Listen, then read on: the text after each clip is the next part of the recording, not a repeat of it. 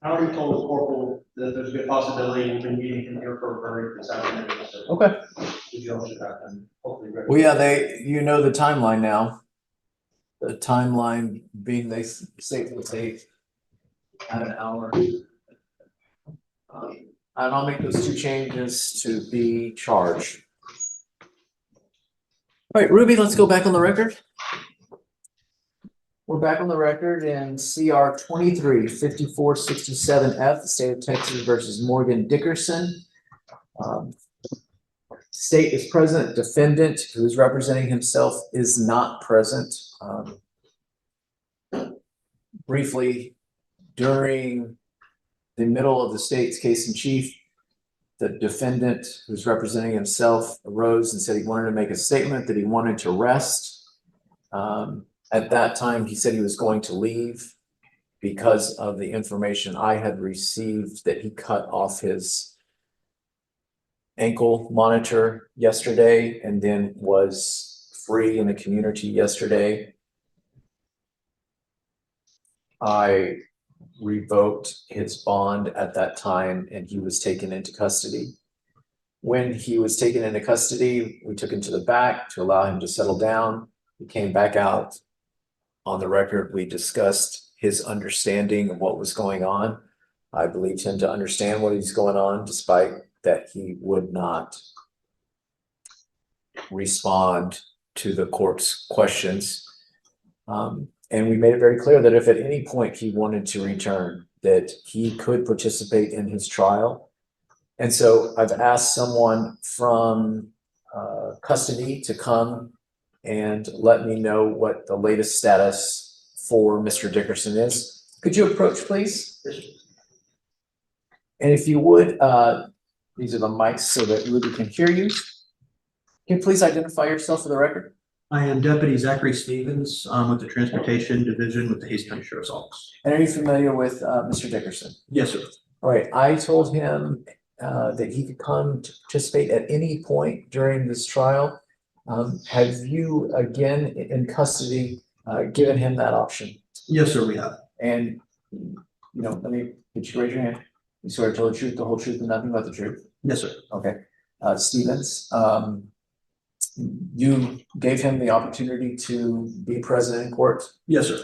And when you gave him that opportunity, what was his response? After speaking with Mr. Dickerson at the Hays County Jail and Intake, Corporal Lang and I both spoke with him, gave him an opportunity to be transported back over here from the jail to proceed with the remainder of his case. Mr. Dickerson advised multiple times that during his time here earlier today that he had rested his case and was only willing to come here once the jury came to a verdict. Okay. Well, please continue to let him know that if he changes at any time, we can bring him over. What I'd like to do is we will continue with the trial. If or when the state rests, I'd like you to have, we're going to take a break, like you to have contact again to see if there is anyone there that can let us know if he would like to come and present his case in chief. I'll ask you the same questions and please just be able to let us know what the latest is. Yes, sir. All right, thank you. Yes, sir. Please bring in the jury.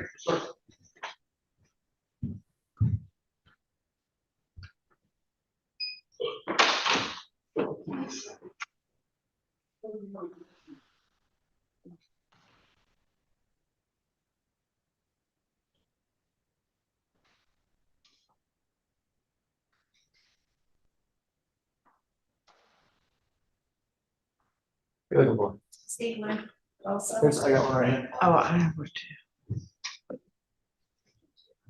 You can call your witness. You want Christopher. to- What's the name? Logan Murphy.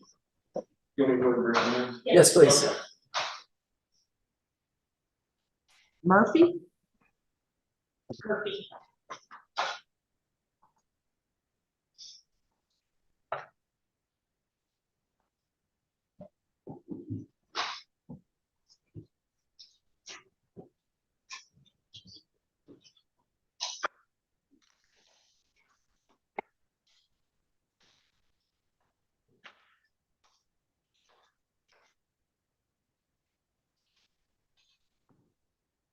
How you doing? Howdy. We'll just wait a minute. The jury's about to come in.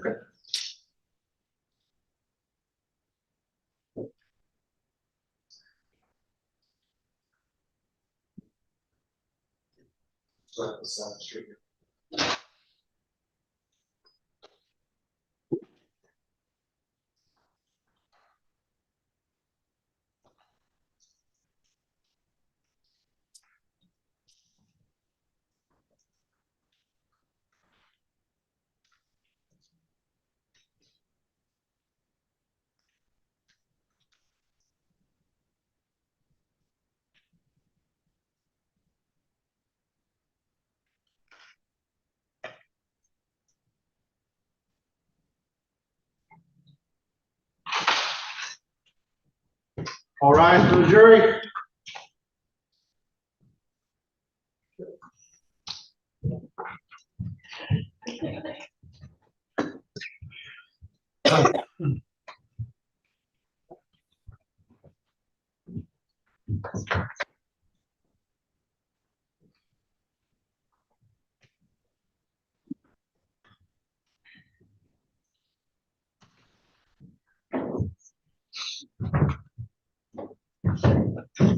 You may be seated. State, call your next witness. State calls Logan Murphy. You raise your right hand. Do you swear to tell the truth, the whole truth, and nothing but the truth? Yes, sir. Please have a seat. If you would, adjust yourself close to that microphone. The base will move closer, or as you move closer, and it also moves up and down.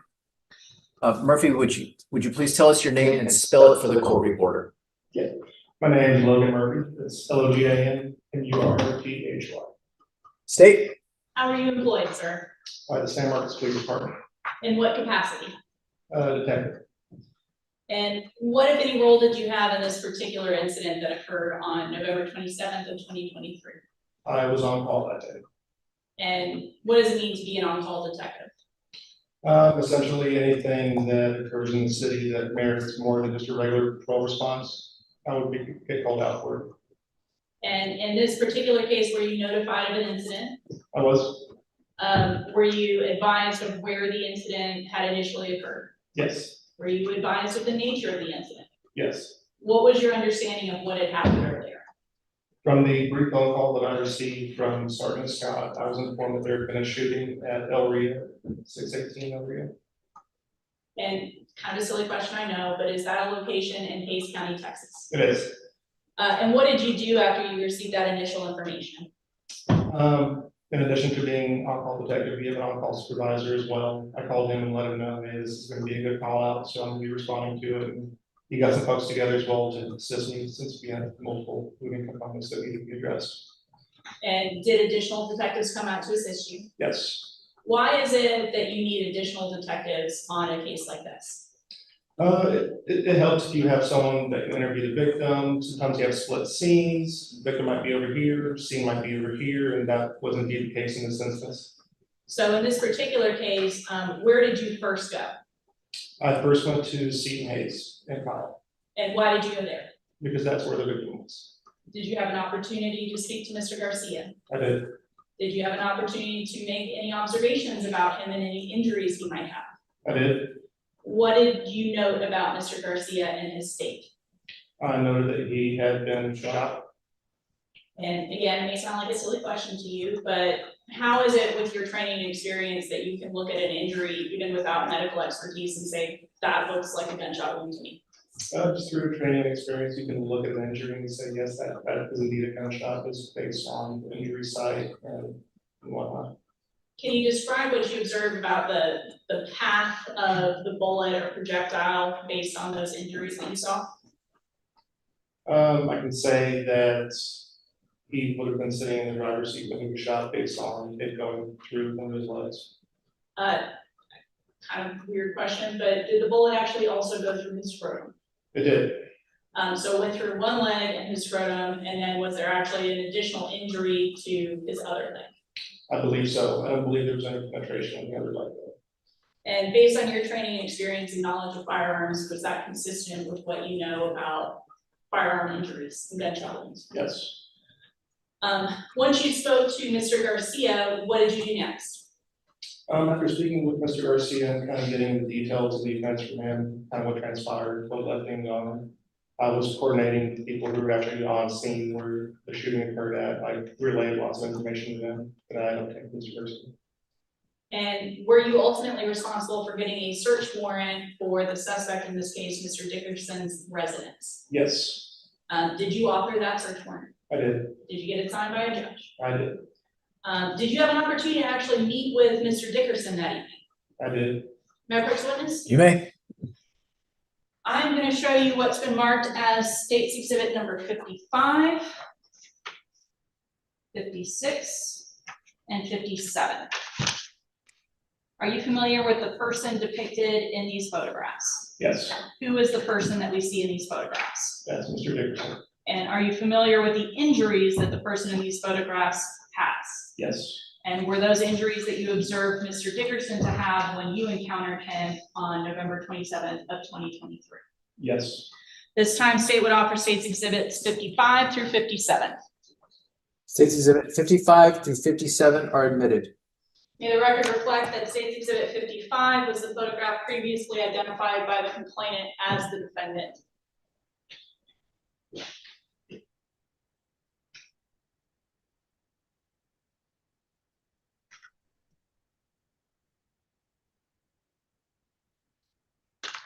And Detective, the individual that we see here, you told us was who? that's Mr. Dickerson. And can you tell us, based on your training and experience, what type of injury you see here to Mr. Dickerson's eye? That appears to be the impact from a beanbag round for 40 millimeter What is a beanbag or 44 millimeter? round. 40 millimeter round. It's a less lethal option to use. Is that a weapon that's sometimes used by the SWAT team? Yes, And looking at State's Exhibit number 56, were there actually 2 impact injuries to him? there does appear to be 2. Are both of those consistent with coming from a non-lethal firearm utilized by the SWAT team? Yes, And in addition to those injuries on his side, did Mr. Dickerson have an injury anywhere else? he had one on his leg as well. And based on the freshness of that injury, did that appear to have been as a result of his encounter with the SWAT team? Yes, Did you have any reason to think that any of the injuries we see on Mr. Dickerson in these photos were caused or existed during the initial contact between Mr. Dickerson and Mr. Garcia? no, not at all. And as a detective with the San Marcos Police Department, do you ever interview people? I do. Silly question, but why? To get their side of the story. Did you attempt to do that with Mr. Dickerson? I did. Where did you go to do that? I went to Christus Santa Rosa in San Marcos And why did you have to go to the hospital? because Mr. Dickerson was transported to the hospital. Do you know why Mr. Dickerson was taken to the hospital? It's kind of common practice when you sustain injuries like that to get medically cleared before taking a ride to the jail. And would that be for the injuries that we've seen in these photographs? Correct. When you met with Mr. Dickerson, did you have any type of recording equipment with you? I did. What did you have? My body cam. And did you record your interactions with Mr. Dickerson when you met? I did. Was there anybody else that was present there with you? Detective Cove. And do you know Detective Cove? I do. Is he someone that you work with frequently? He is. And while you were handling your end of the investigation, do you know what Detective Cove had been doing to assist? He works for the SWAT team as well, so that is what he was doing while I was interviewing Mr. Garcia earlier in the day. So is it your understanding he was actually at Mr. Dickerson's apartment? He was.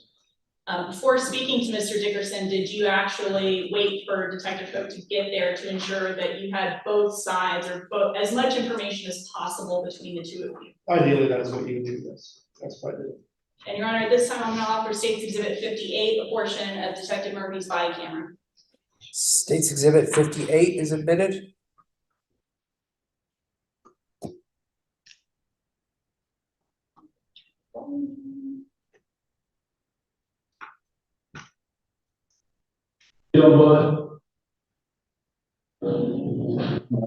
My name is John. I'm the SB. Really sorry that I didn't come to you. We have protocols and it's for our safety and something we're it's not there. But the drone saw you, cameras, just going to be on that. You're coming down the stairs, the robot saw you with a gun in your hand, so the officer outside didn't know that. Well, okay, before the whole. Pause briefly here. We just heard Detective Cove mention robots. Do you know what he's referencing? Yes, in addition to the SWAT team, we have a drone team, we also have a robot. You also have in addition to the SWAT team. In addition to the SWAT team, there is a drone team and robotics as well. And are you familiar with those tools and how they frequently are used? Yes. In a situation like the one we had in this case, when or how might a robot be used to assist law enforcement? A robot could be used to put eyes, so to say, in a specific area that may be hazardous to a human to put eyes on. And to be fair, you weren't actually present for the SWAT standoff with Mr. Dickerson, were you? I was not. No. Officer Cope, however, was. The siege and residents. So we're going to be charged with it. I'll talk about that. So I'm the as well as San Marcos. Quickly. Before I get going, I was just you're right on this stuff. Your hand, that's not pretty good. So last one will be eyes, right? Your director is on, I can see it all. You maybe, maybe something that ends against your order. Your director will, your president, advisor, prior to any question. If you are right to the full attorney, right to have an attorney or into advising prior to the any question. You have the right to make some, you understand your rights. Okay. All right. Before I interrupt you, what you're saying, let's see if you know.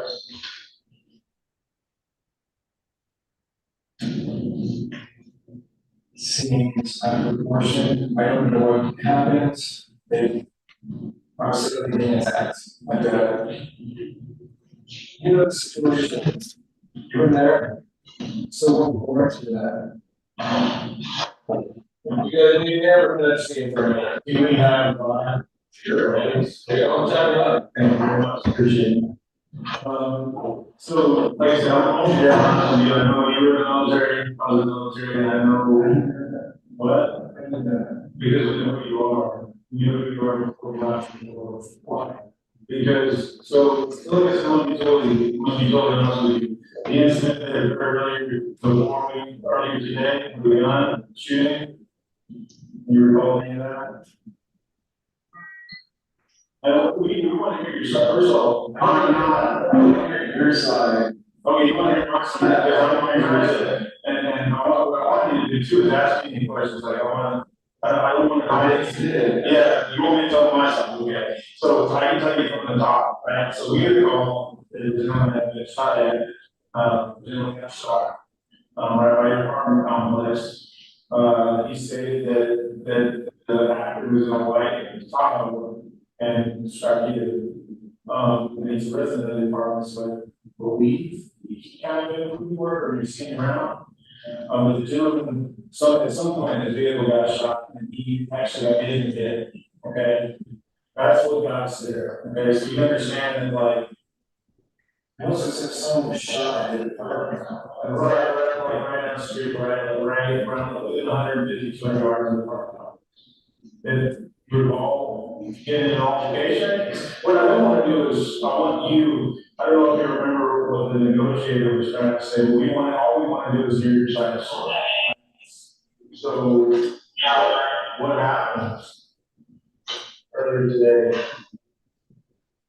Let me just say this, I've done nothing illegal. But you know, the only things I've done were self-defense. Right. Well, that's the thing, we want to hear your side, I want to a medical exam. They need to do something. I'll talk to the attorney. I don't know what your instruction is, but I'm telling the truth. It's nothing but self-defense. I did nothing illegal, and I prove that. I know you have your job, but I have to do it. That's the thing. And we have him saying one thing. He has this gunshot going to his leg. His truck is all shot up. Can you show me proof of that? That he's shot up.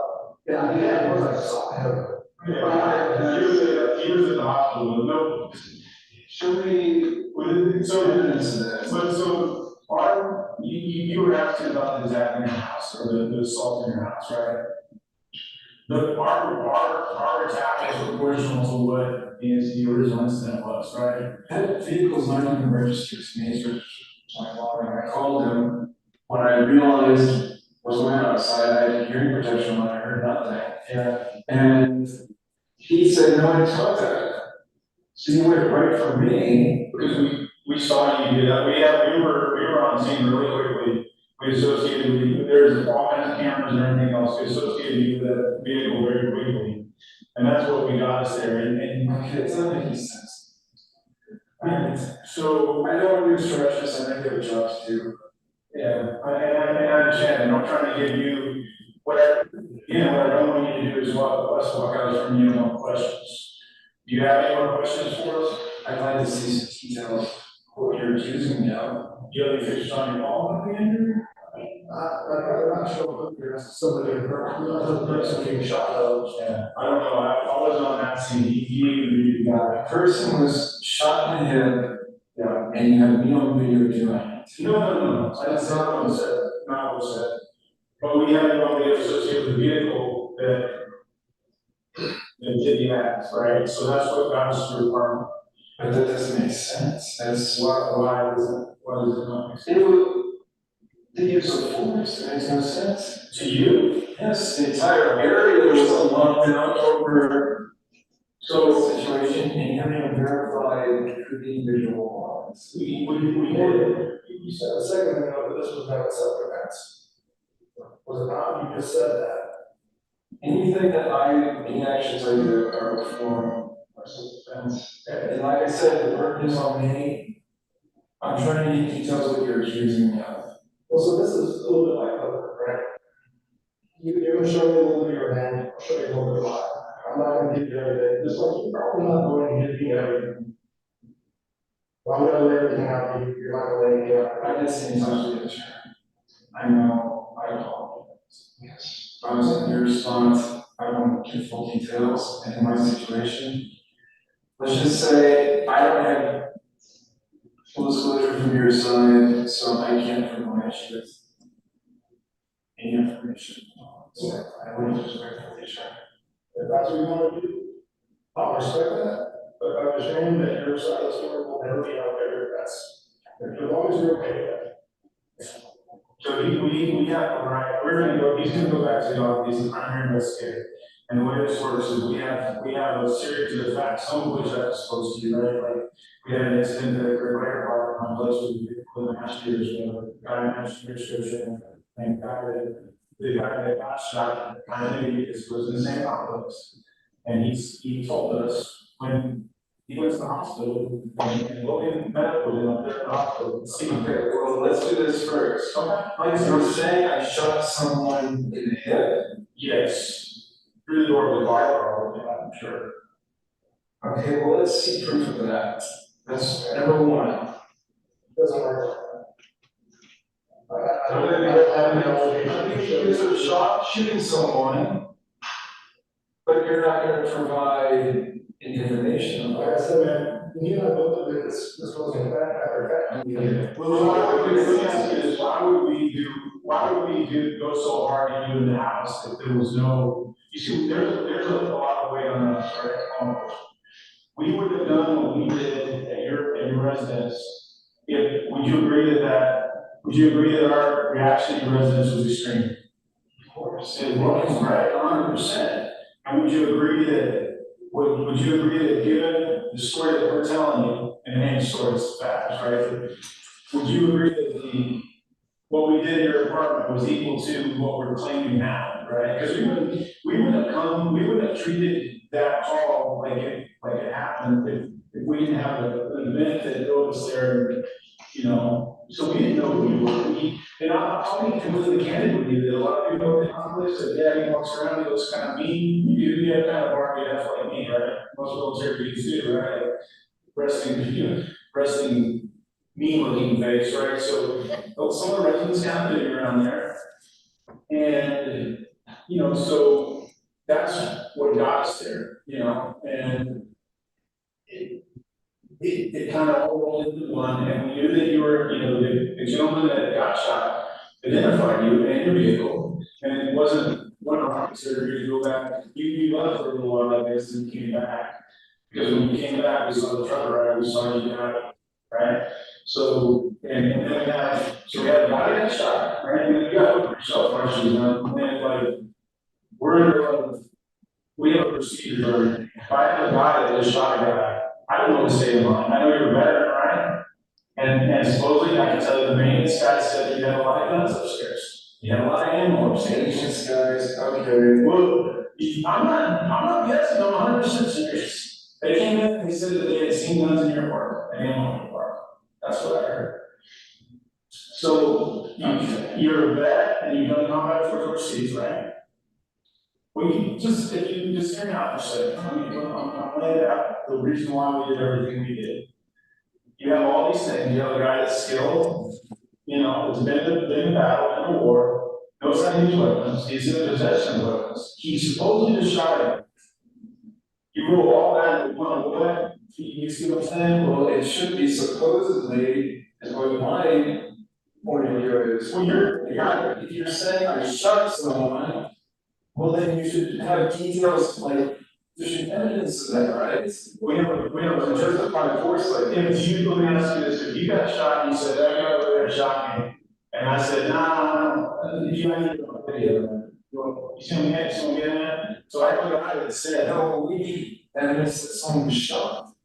Yeah, because he's in the hospital. Yeah, now.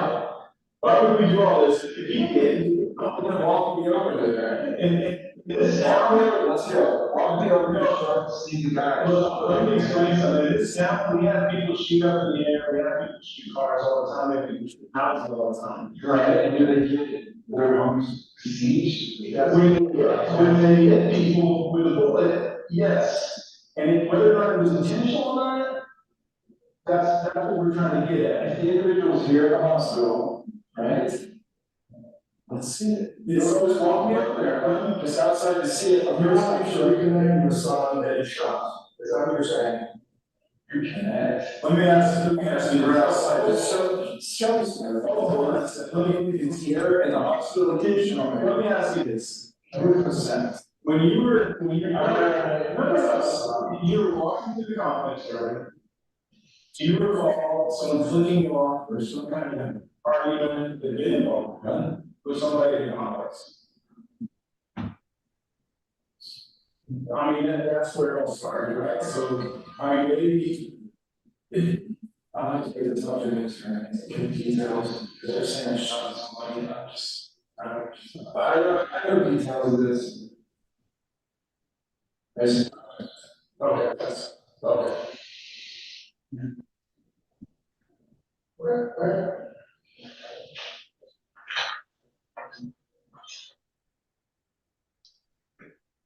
Detective Murphy, were you able to gather much more useful information from Mr. Dickerson? No. You heard during that interview, he stated at least once or twice that everything he did that evening had been in self-defense, correct? Correct. Are you trained on the laws of self-defense? I am. Is investigating an incident like this require you to also investigate whether or not there was a potential valid claim of self-defense? Absolutely. Why is that? Well, you have to hear both sides of the story, obviously. That's why I wanted to interview Mr. Dickerson and see if there was a claim of self-defense to it. Maybe there's people I was not seeing, but that wasn't present. Or at least if it wasn't, Mr. Dickerson didn't convey it. And in addition to speaking to Mr. Dickerson, did you make an effort to speak to any and every other possible available witness or follow up with any potential physical evidence that might be found? Yes. During the course of your investigation, at any point in time, did you locate any evidence whatsoever that Elliot Garcia had threatened Mr. Dickerson with force at all? No. How about threatened him with deadly force? No. Based on that, did you feel that there was any good basis for Mr. Dickerson to be claiming self-defense for his actions? No. Pass the witness. May this witness be released. He may. Thank you, sir. Feel free to go about your business. State, call your next witness.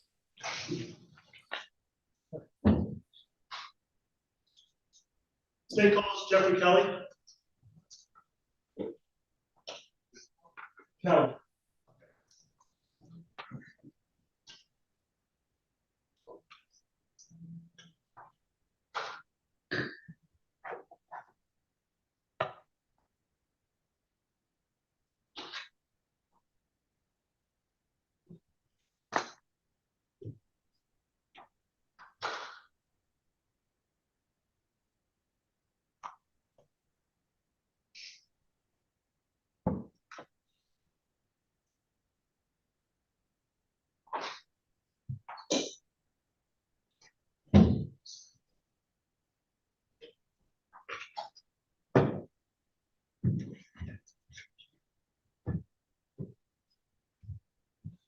Raise your right hand. You swear to tell the truth, the whole truth, and nothing but the truth. I do. Please have a seat. If you would adjust yourself close to that mic so it picks it up and everyone can hear you. The bass can be closer if necessary. Want to make sure the court reporter picks everything up too. Can you please tell us your name and spell it for the court reporter? Jeffrey Kelly, Jeffrey Kelly. Say. Yes, Your Honor. Mr. Kelly, can you tell us first of all how you are employed currently? I work for the Texas Department of Public Safety Crime Lab in El Paso, Texas. And what is your role with the crime lab at El Paso? I am a firearm and firearm examiner. Now, before we get into any examinations that you did in this case, I want to get to know your background and history a little bit more. What was your educational background to kind of get into that field? I have a Bachelor's of Science in biology with a minor in chemistry from Hardin State University in Abilene, Texas. I also have a Master's of Science in Forensic Science from San Houston State University in Huntsville, Texas. While at Huntsville, I completed a 10-week internship at the Harris County Sheriff's Office Regional Firearms Lab, and also a 1-credit course in firearm trademark examination. After going through and getting that education, where have you been? Where were you first employed? I was a trainee with the Austin, Texas DPS lab. So is that the same department that you're with now, just in a different city? Yes, sir, that is correct. So you worked at the Texas Department of Public Safety your whole career? Yes, sir. What are all the different jobs that you've held at the Texas Department of Public Safety in their forensic science divisions? I was a trainee at the Austin lab, and I worked in both the firearm section as well as the seized drug section in the El Paso lab. In addition to working at the Texas Department of Public Safety, do you have any other professional development that you went through to gain training and experience? Yes, I have. Can you talk about some of those experiences? My training at DPS was a modular training course. It was 18 months long. Each module consisted of readings, written assignments, practical assignments, written tests, and competency tests. They were on such topics as the history of firearms, the history of firearms identification, how firearms are made, how ammunition is made, comparison of both cartridge cases, projectiles, shot shells, firearms functionality, serial number restoration, and distance determination. So pretty much after being employed by the Department of Public Safety, you had to go back to school again for 18 months. Yes, sir. As an expert at the Texas Department of Public Safety, have you ever testified in court cases? Yes, I have. You know about how many? I would say approximately 70. And what levels of court have you testified before? Testified in county courts, district courts, as well as federal courts. In addition- in Texas and New Mexico, I'm sorry, both in Texas and New Mexico. Thank you. In addition to your training, have you actually been published at all in the field of forensic science? Yes, but not in firearms and trademarks.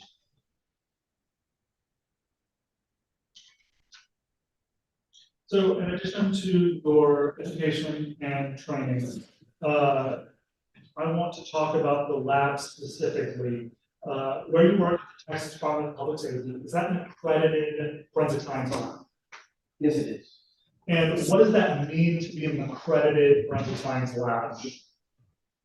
So to be accredited, you have to meet certain standards. There are certain standards that you have to meet. There are certain standards that would be good for you to meet.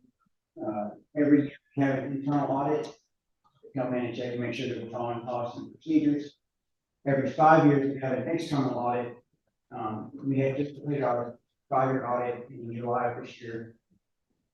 And also the Texas Forensic Science Commission accredits the labs in Texas. And that was gonna be my next question. Who is actually doing this accreditation? So the internal audit is the examiners from the different labs in the Texas DPS system. The external audit is from AAwDW, which is the ANSI National Accreditation Board. They set forensic science standards for state for labs in the United States. So when you have these accreditation procedures both yearly and every 5 years, do you yourself have to go through continuing education or accreditation as a forensic scientist? Yes, I have a license in the state of Texas to practice as a forensic scientist. To get that license, you have to have a science degree. That could be in biology, chemistry, computer science. You must pass a 125 question test and be proficient in your discipline.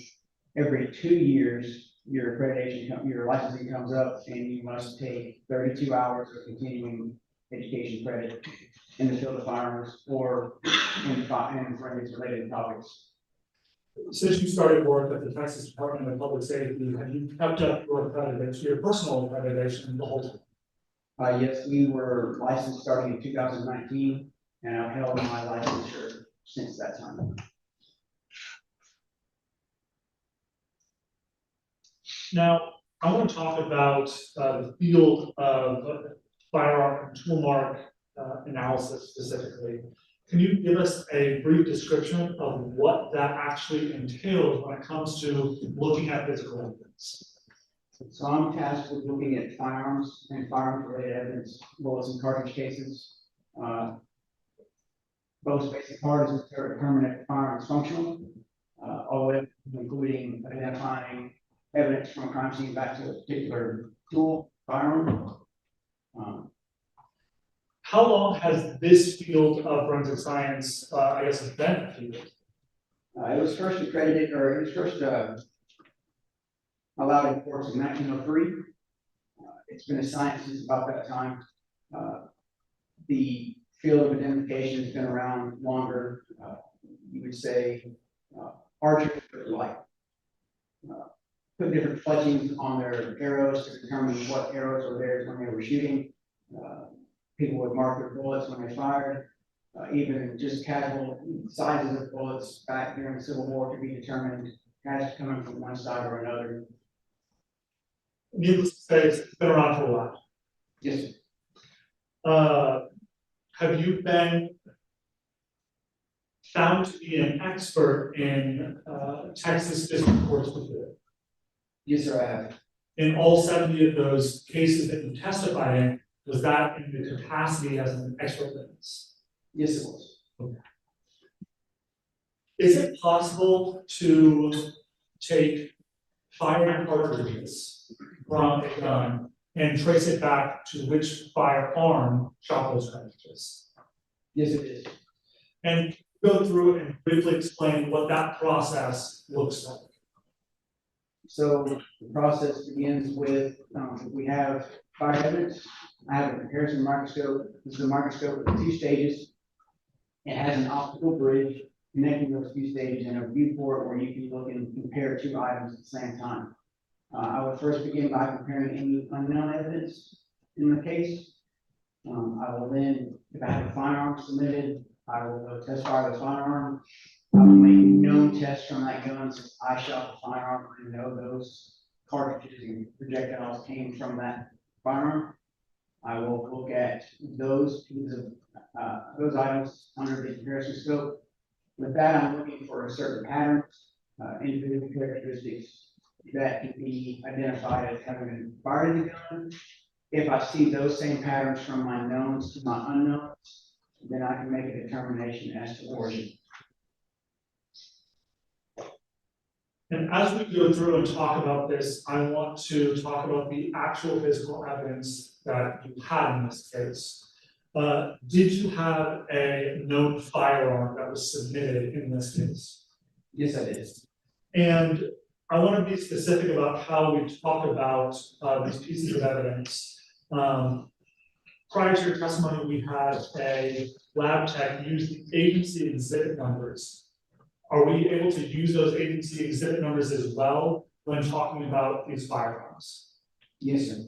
Is that because you yourself in your lab reports mentioned the agency exhibit numbers as you go through? Yes, on all my notes as well. Perfect. So in this specific case, what was the agency exhibit number for the firearm that was given to the Texas Department of Public Safety? May I retrieve my report, Your Honor? You may. If you need your report to refresh your memory, feel free to look at it and let me know. When you're done. Yes, sir.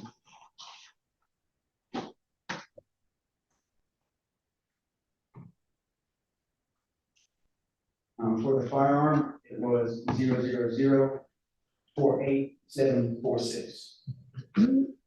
Were there any other pieces of physical evidence in that were connected to that exhibit number in this case? Yes, my 3 test fires and 3 cartridge cases and projectiles that I test fired were also related to that firearm. So why would those 3 test fires that you did be under the same exhibit number? We list them under the same exhibit number to show that they came from that exhibit and to keep records straight as to if we have multiple firearms, what test fires go with which gun. So for the agency exhibit number 00087 or 48746, we had the firearm that was submitted and your 3 test fired projectiles, correct? Yes, and 3 cartridge cases. And 3 cartridge cases. I want to talk about the other evidence then that was submitted in this case, so we know what all the facts and data that you had. Was there another, what else was submitted to you from the SMPD lab tech in this case? I received a yellow envelope which contained 2 fired cartridge cases. And what were their agency exhibit numbers? For the first cartridge case, it was 000487743, and the second one was 000487744. And were these cartridge cases similar? Were they from the amongst themselves? So they're the same brand as well as same caliber. And that's probably a more scientific way to say that. What was the brand and caliber of those cartridge cases? So the brand was Privy Partisan or PPU. 7.62 Tokarev is the caliber. And I guess what is the make and model of the firearm in agency exhibit 000487746? So the pistol was a CZ model CZ52, and it had a 7.62 Tokarev caliber. So you've got the firearm, you've got the known test fired projectiles, and you've got the unknown cartridge cases in this case. How did you go about trying to find out if they were fired from the same gun? So I'll first start with what are called class characteristics. These characteristics are determined by the manufacturer prior to the firearm being made. They are the caliber, the rifling in the barrel, the number of lancing grooves, the direction of twist, the firing pin shape, the aperture or the hole that the firing pin comes out of. These are all determined by the manufacturer. These are class characteristics. In this case, the firearm could not be eliminated based on these characteristics from the fired evidence. So I went a step further and looked at individual characteristics. These are characteristics that are created incidental to the firearm being manufactured. They're also created by the use and abuse of the tool. Was the gun or the firearm left out in the rain to rust and then cleaned? Was it cleaned with a steel brush as opposed to a grass brush? Did somebody try to mar up the barrel with a screwdriver to try to obscure things? These are all individual characteristics that leave impressions or striations in both cartridge cases and fire projectiles. So I want to talk about those two things a little bit more than. So class characteristics, all makes and models of the same firearm should have the same class characteristics. Is that correct? They should, however, people can swap barrels and those barrels can be different, but if it came from the manufacturer without any changes, they should all have the same class characteristics. So in this case, all CZ model, CZ 52 7.62 Tokarev semi-automatic pistols should have the same class characteristics if they're from the manufacturer. Yes. And so you gave us a list of class characteristics, and you said that this firearm could not be eliminated. What does that mean specifically? So to say a firearm did not fire a cartridge case or a projectile, we would look at the class characteristics. If they're different, then it could not have come from that firearm. So the caliber, if the projectile is too big to fit in the firearm, it wouldn't fit, it wouldn't fire. If a projectile is a 6 right, a 6 lands and grooves with a right twist, and my evidence is 5 right, it would not have come from that firearm. The shape of the firearm, whether it's hemispherical or elliptical, if that's different, then we could eliminate it and have not having fired the evidence. So in this case, all class characteristics from our unknown cartridges match the class characteristics of our known firearm. Yes, sir. Meaning that we could not eliminate those cartridges being fired from that gun. Yes, sir. And that's when we go a step further and look at individual characteristics. Okay, so now that we're at the individual characteristics, and you've given us some examples of that. In this case specifically, were there any special individualized characteristics from this gun that you were looking for? I don't look for anything specific. I just look for patterns that repeat. Maybe there are some defects that occurred in the firing pin or in the barrel that will leave a specific impression that I could find that repeats between my knowns and my unknowns, and I can use that as a way to identify an item. So in this case specifically, were there individual characteristics between our known firearm and our unknown cartridge casings that allowed you to make that connection? Yes, there were. And can you explain that? Yes, so on the breech face portion of the firearm, this is part of the slide that contains the firing pin, where the firing pin protrudes as the gun is fired. As the gun is fired, the cartridge case is pushed back into the breech face area. The firing pin will leave an impression. Any marks on the breech face will leave an impression on the primer or the head of the cartridge case. And those marks, as well as marks from the barrel, I can use to identify a firearm. And in this specific case, I found an area on the primer that was individual that I liked to use as my identification for identification purposes. And can you explain to us what is the primer? So we have a better idea of what this individual characteristic was. So the primer, the bullet is on that's in one end of the cartridge. The primer is on the opposite end. This is a portion, if it's a center fire, as in this pistol, it's in the middle of the cartridge case. Usually it's brass or nickel in color. This is the area of the cartridge case that the firing pin strikes, detonating the cartridge, firing the firearm. And again, on that area, in this case, they were brass. I was able to locate I would say a defect on the primer that I can use to say that it's individual.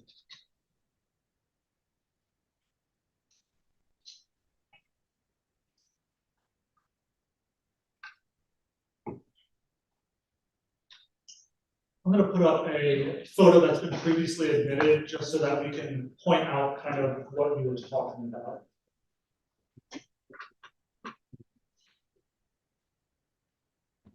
And I'm gonna use some simpler terms just to make sure that we're all on the same page.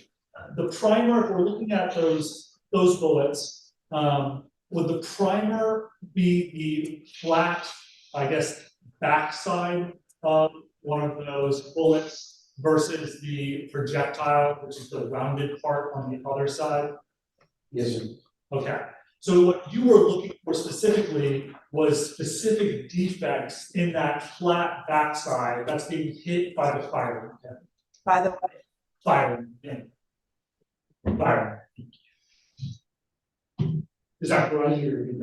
Yes. So what you were looking for specifically was defects that were located on that flat backside, otherwise known as the primer, that were unique to this pistol, correct? Yes, sir, that's one of the areas I look at. And what were some of the other areas that you looked at? Using this as a demonstrative if you need to.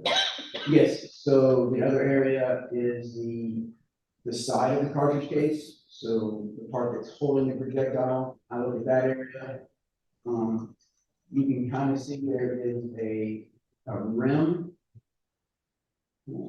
It's in a groove, kind of right in front of the flat part, and there's where the extractor will grab hold of the cartridge case and pull it out. I can use that area as well for an identification purpose.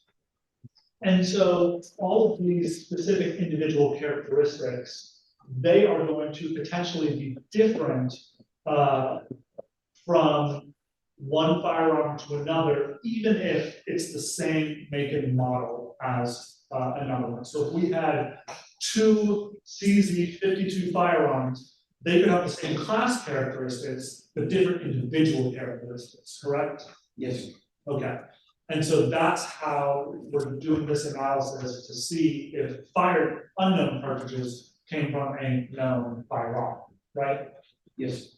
So in this case, after you looked at all of the facts and data that you have, were you able to come to a conclusion about the two unknown cartridges that were submitted in this case? Yes, I was. What was your final expert opinion regarding those two unknown cartridge cases, specifically agency exhibit 000-48743 and 000-48743? So the two submitted fired cartridge cases were identified as having been fired in the submitted CZ pistol. And is that CZ pistol agency exhibit 000-48746? Yes, it is. Is there a degree of certainty that you can give to the expert conclusions? There's not a specific degree, based on training and experience and looking at comparisons. That might is to a practical certainty. And the reason I ask is because there, I guess, experts in your field, you guys don't normally say like, I'm 100% certain, I'm 95 or 60% certain. That's not something that we would expect from a firearms expert, correct? That is correct. But what you just said were certain to a reasonable degree or a practical degree of scientific certainty. Is that kind of the standard language that's used by firearms experts? We say practical certainty in the sense that we are not able to examine every firearm ever made and every firearm out there, but based on comparisons and looking at individual firearms, we can say that with a high degree of confidence that this is the firearm. And I would be clear about something too. As somebody that sees a lot of firearms in your line of work, is this type of firearm common? I would say the brand CZ is pretty common. I don't believe I've seen the CZ52 that often. Why is that? Just, it's more of a European caliber. A Czech pistol made in the Czech Republic. That's what CZ is from. So it's not as common as say Smith and Wesson or Colts. And the type of, bullet that was used, the type of cartridges that were used, is that a common, caliber bullet that's used in the United States? No, it's not as common as other calibers. What are some other calibers that are more common in the United States that, lay people like myself might have heard of? So for pistols, it would be 38 Special, 9mm Luger, 40 Smith and Wesson, 45 automatic. And this type, what is it? So it's a 38 caliber class, so it's in the same family as a 38 Special, but it is a European designation because it is in millimeters, 7.62 millimeter.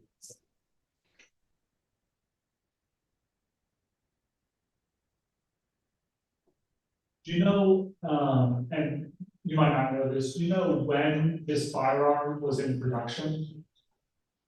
Not off the top of my head now. Is it an older model at least? I believe so, yes.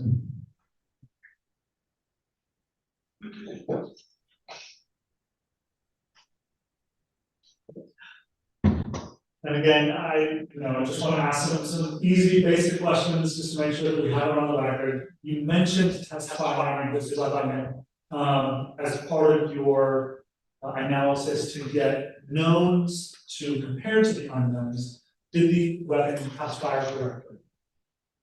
So in test firing the firearm, I found that it functioned with no malfunctions. So it fired and reacted as it should be.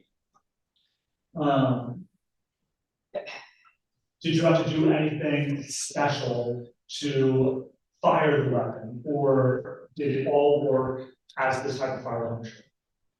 I didn't have to do anything special, it worked as it should.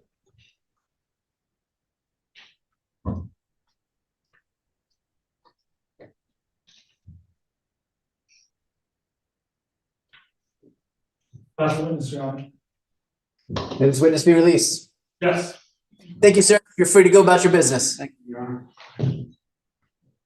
State, please call your next witness. State calls Detective Cove.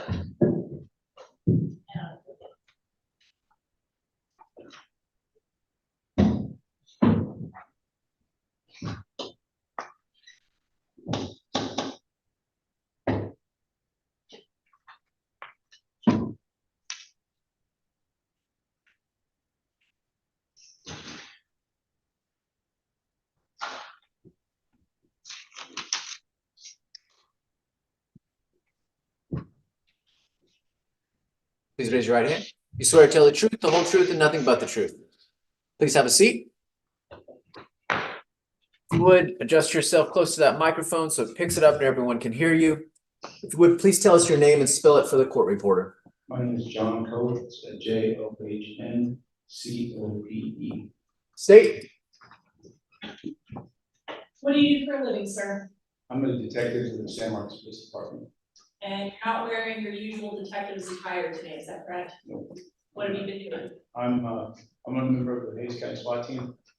We have a part-time team, which means we have primary jobs and then our secondary jobs as well. And have you been practicing some of your SWAT team operations today? We do approximately 20 to 30 hours of mandatory training per month for the SWAT team. Yeah. And were you involved in this particular incident both as a detective and as a member of the SWAT team? Yes. How did you get notified of this incident? I was notified, I believe, by phone in the capacity that after the initial incident occurred, that they had located, this area, we had located an apartment. I was notified and responded to the area.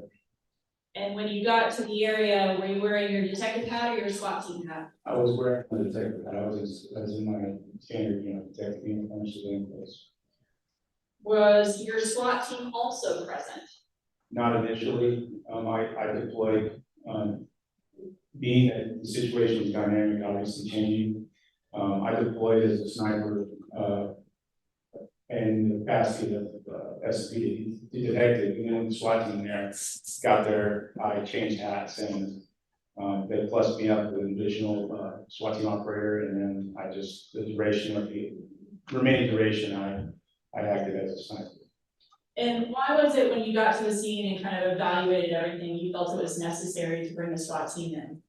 I didn't make that decision. I don't know if anyone asked me, but just given the totality of circumstances, we already had one citizen shot, and I think it was being that they had possibility of further violence. You know, that's the reason I'm sure they activated us. I did not make that decision. And are you familiar with all the tools at the SWAT team's disposal? Yes, ma'am. Can you tell us about some of the mechanical devices that you have available? Mechanical as far as the drones and robots. Yes, please. Okay, so typically, nowadays, obviously, the last thing we want to do is put an operator or a police officer in danger. So we have a variety of remote tools that we use, mainly aerial drones. You know, we've all seen those. We have a couple of different sizes of those, and then we have a tracked robot, large tracked robot that you've seen.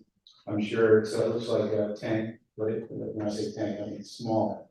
But we utilize both of those typically ahead of any kind of putting any kind of people in a building. We use those ahead of putting personnel in there to render the area as safe as we can prior to putting police officers in the building structure. And if you know what some of that technology used during this particular incident? Yes, it's pretty much standard operating procedure. And what, if anything, was observed when the robot was deployed in the stairwell leading up to the defendant's apartment? So normally, a lot of times what we do, we usually have multiple drones on scene. A lot of times what we'll do, either with a drone or robot, is we will place that asset or that device in a position where the live camera on the device will look into the structure, usually in a place where we can kind of maximize that. The operator that's either flying the drone or operating that tracked robot is on our channel, our radio channel. So if anything occurs, or anything is seen, he can relay via watching the camera to us, the people on scene, of any danger that might, or anything that might occur inside of the house.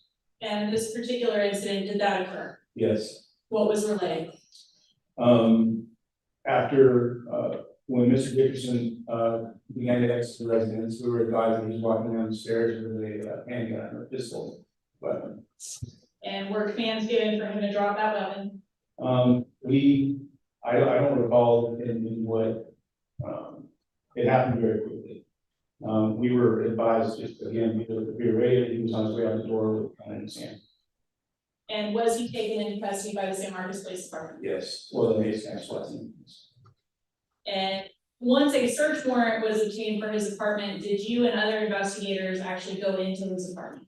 Yes, crime scene personnel and myself and possibly one or two other detectives.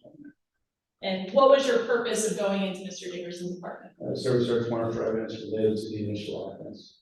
No first witness? You may.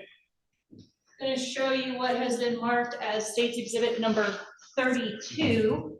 At some point, did you obtain a basic floor plan or layout for the apartment that Mr. Dickerson had? Yes, we did. Is that what we see reflected in State's Exhibit 32? Yes. And State's Exhibits 33 through 54, we've been through them previously, but you can flip through them again if you would like. It appears to be like And those be photographs that were taken of Mr. Dickerson's apartment as you guys found it that evening. Yes. Then at this time, I'm going to offer State's Exhibit 32 through, I already lost track of my numbers again, 54. State's Exhibit 32 through 54 admitted. Were there just kind of some unique tactical issues presented by the layout of the apartment? The way, yes, the apartment, when you initially enter the front door of the residence on each side of the apartment, It immediately goes to a long, narrow stairwell up into the main living area and bedroom, where all the bedrooms are situated on the second floor. Which is, what a lot of times people refer to as a bottleneck, which is very advantageous for people that are inside the building. Because there's only, that you're going to be essentially fighting up a stairwell, and they will have a position of advantage being in an elevated position. And looking at State's Exhibit number 32, is that the apartment diagram that we spoke about? Yes, ma'am. And so the stairs that we see are actually internal to the apartment, is that correct? Yes, ma'am. State's Exhibit 26, 27, 28, if you know what was located on the stairs leading up to Mr. Dickerson's apartment. Yeah, that's a 7.62 torque handgun that we had located shell casings for. I recognize it as the same type of weapon that the shell casings that we found used. Is this a particularly common type of weapon or type of caliber of weapon? It's very relatively unique in this day and age. It's an older gun. It shoots a 7.62 25 millimeter round, which is normally a pistol caliber has a straight roll. It doesn't have a bottleneck. I've seen rifle rounds kind of get narrower at the front, the bullet's smaller than the case.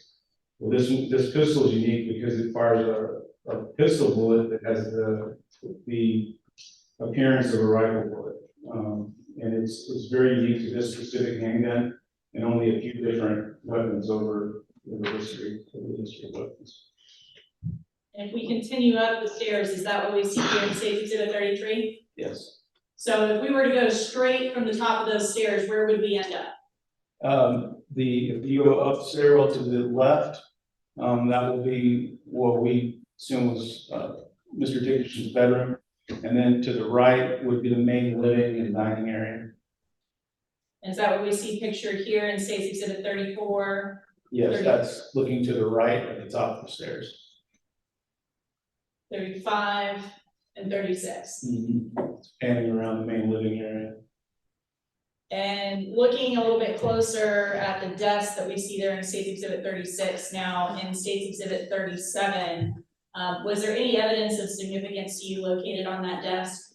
The holster there, I used to own one of those pistols a long time ago, so the holster is a design that's unique to that pistol and like for that pistol.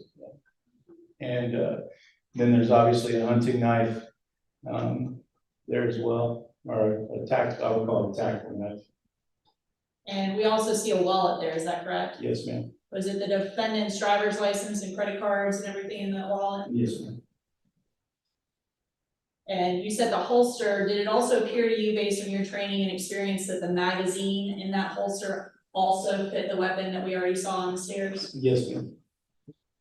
And then coming kind of back to the top of the stairs at the minute, would that be the bathroom? Yes, ma'am. And now panning a bit, State's Exhibit 39, what portion of the apartment are we looking at here? That's looking into Mr. Dickerson's bedroom. The door that you see on is actually to a bathroom on that far side. And kind of panning around that room in State's Exhibit 40 and 41, I'm gonna guess as a detective, you've had an opportunity to go into numerous people's residences, is that correct? Yes, ma'am. Is the furniture situation and layout that we've seen in these photographs usual or unusual to you? The bottles of water and the other antifreeze, whatever it is, a little unusual. I don't know why that would be there. Did you see a bed or TV? Oh, I'm or sorry. No, there wasn't anything like that in there. taking a closer look kind of at that closet area now in State's Exhibit 42, what did you locate just inside that bedroom closet? That would look like a hasty firing position that someone has set up inside the closet area. There's a walk-in closet and somebody set up a hasty firing position. A long thing strap on it there is I believe it's a French Type 36 rifle, bolt action. And it's the blue box there, that blue file box was kind of used as a hasty rest for that rifle to stabilize the firing position. And now States Exhibit 43, that rifle, when you recovered it, was it loaded or unloaded? It was loaded. States Exhibit 44, are we looking at the rest of that walk-in closet now? Yes, that's the rest of the closet where that rifle and that blue box were at the door. And I'm gonna draw your attention to this little pouch here at the bottom of States Exhibit 44 and take a closer look here in States Exhibit 45. What was contained inside that pouch? A 20-round box of 7.5 by 54 French ammunition for that rifle. And looking at States Exhibit 46, 47, was there also additional ammunition located inside that closet? Yes, ma'am, for that rifle as well. And looking inside that ammo container, 48, 49, was there ammo for that rifle located inside that ammo box? Yes, ma'am, and the handgun found on the stairs. So there was also ammunition of a different caliber that would have matched the handgun that was located on the stairs, is that correct? Yes, ma'am. And are examples of that we see here in States Exhibit 50 Yes, ma'am. and 51? Yes, ma'am.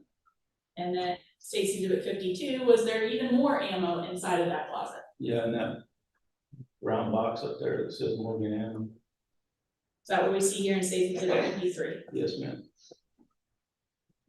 I want to talk a minute about States Exhibit number 54. This may not be the best angled view, but based on all your training and experience, what stands out to you about this particular setup?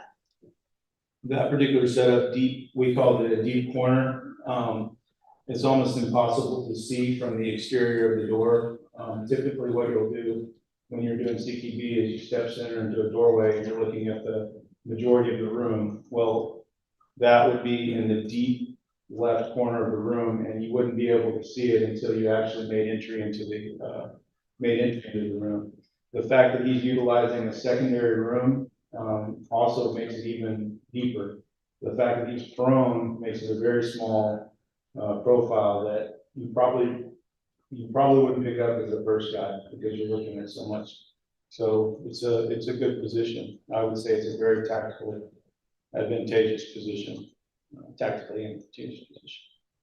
Did that give you concerns if SWAT officers or San Marcos Police Department had actually had to make entry into that apartment, if Mr. Dickerson had not been forced out? If Mr. Dickerson, yes, if they had made entry into that room and he was lying in that position, I definitely think he would have been able to engage the entry team prior to them seeing him and returning fire.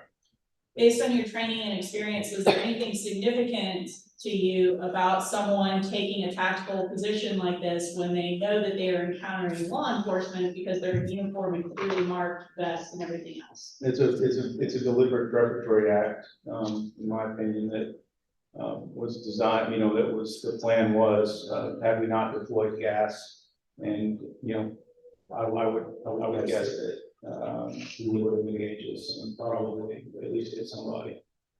And based on what you observed inside Mr. Dickerson's apartment, did it appear that he had made affirmative steps to prepare for that engagement? Yes, ma'am.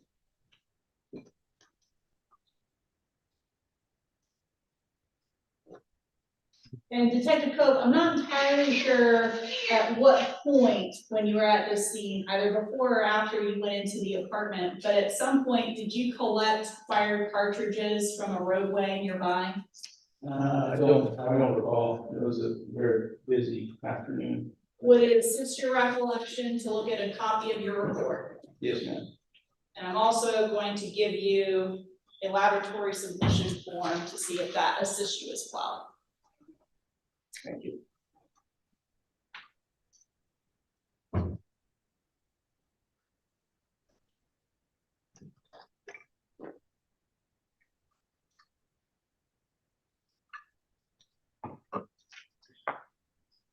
This does refresh my memory. Yes, I did recover some 7.62 by 25mm shell casings, I guess, from the roadway near the Trace Apartments. And looking up at the screen again, States Exhibit 15, 16, 17, and 18, do those appear to be the fire cartridges that you collected from the roadway? Yes, ma'am, I also recognize the 3x5 cars that I folded in half to make the little numbers. I'll pass the witness. May this witness be released. You may. Thank you, sir. You're free to go about your business.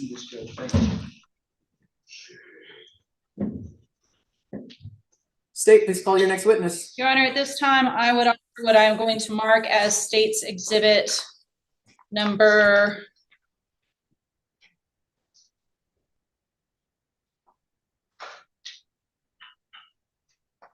19, which is a copy of the lab submission paperwork from the San Marcos Police Department to the DPS lab.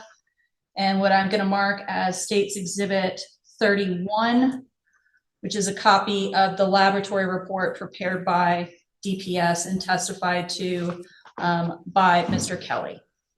State Exhibit 19 and 31 will be admitted. At this time, the state would rest. All right, ladies and gentlemen, the state has rested its case. What we're going to do is take a quick break. We need to take care of something during that break, and we will come back and continue. Remember my instructions. Don't talk about this case among yourselves. You won't do that until all 12 of you are together and you are deliberating. Don't look up anything about this case on the internet. Don't text or tweet about it. Don't talk to anyone about this case. It's always, we're asking you to do that to preserve the integrity of our proceeding. Thank you very much. All rise for the jury.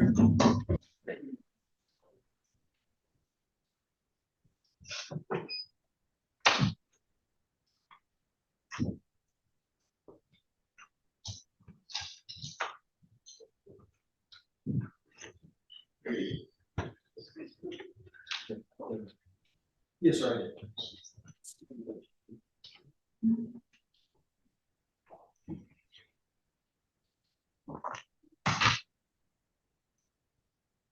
Ruby, let's stay on the record.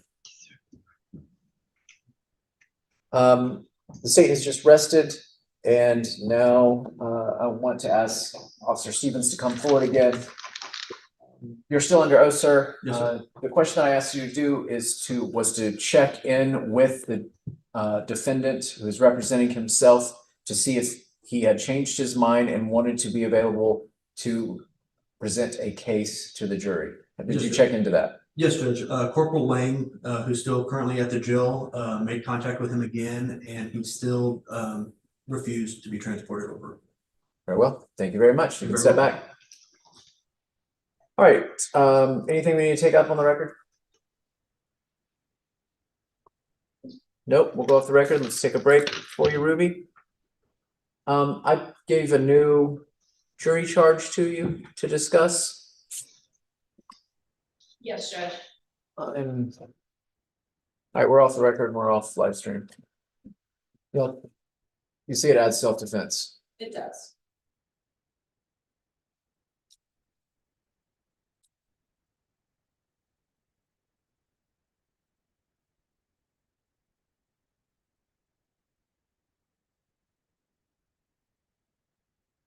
Does he have to be here for deliberations? Or I mean, I'm sorry, not for deliberations, but He does not have to be here for the verdict.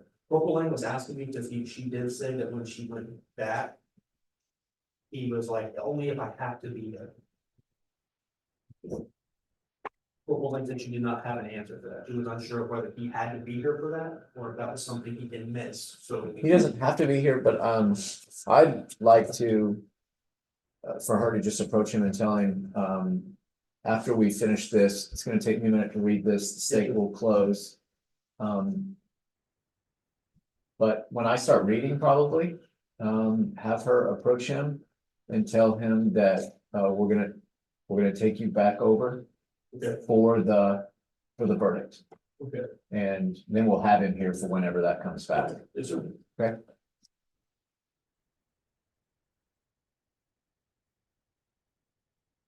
Judge, I don't know that self-defense should be included in the charge.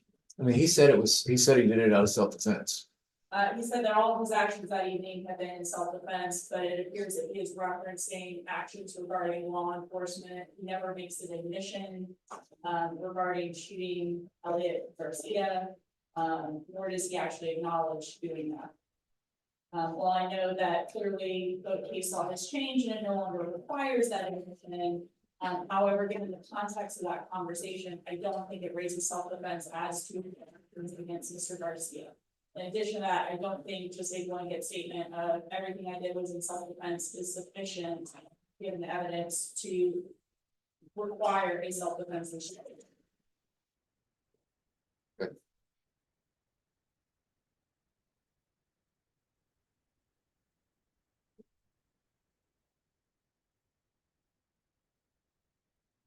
I'm gonna keep it on there.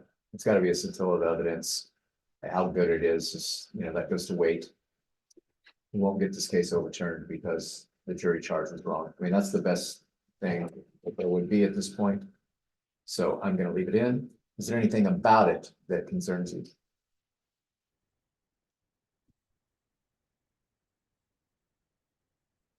So bulky.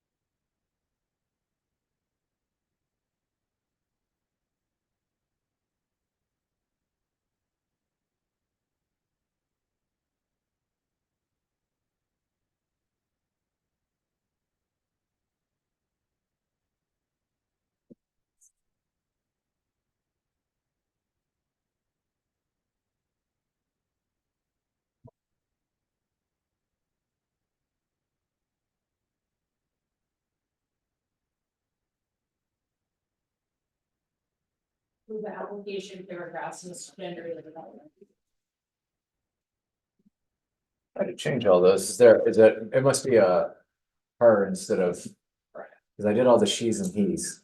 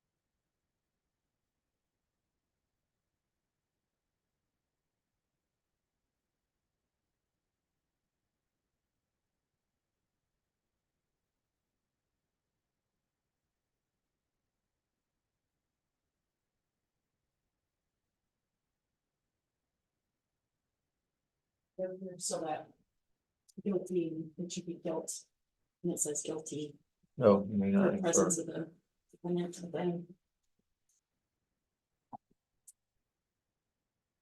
You ain't guilty.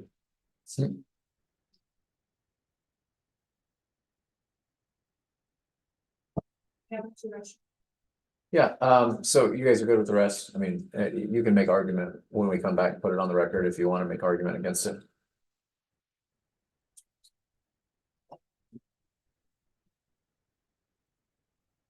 Are y'all gonna do any closing? Yes, Jeff. Okay, then, let's just, it's. When you get back, I'm gonna go print. And we'll be ready to go. I'll read. And you all can, close right after that. Okay, thank you.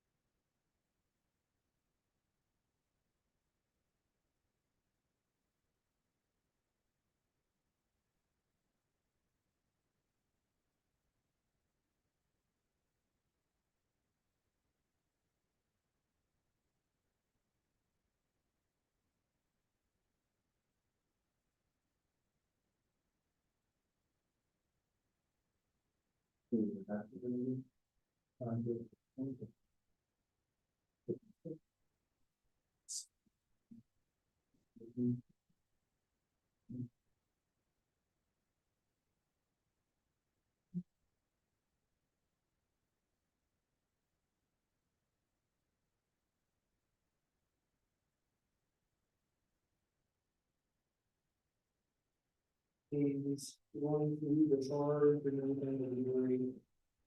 And then deliberation. You college so not to deliberation. No, I mean, I already told the judge, the line sent me a message all over, that he wasn't willing to come over at the time. He wanted him, well, he said that he wanted to be here for a verdict. And I guess they wanted to do the charge and assume that we have to deliberate and the judge.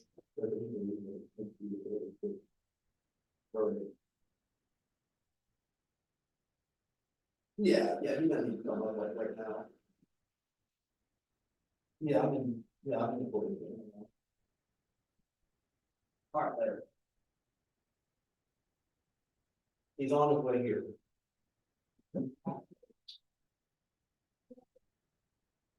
We'll see how he acts when he gets a verdict. In my opinion, if you come out here to do the verdict, you should stay and keep that practice.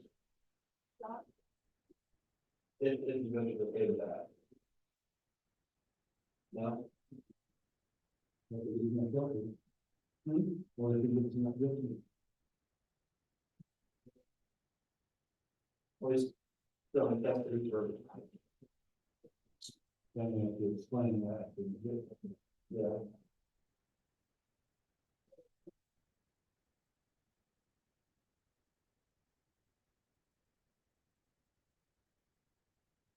What point in time, it's perfectly legal that anything like this in the video. Yeah.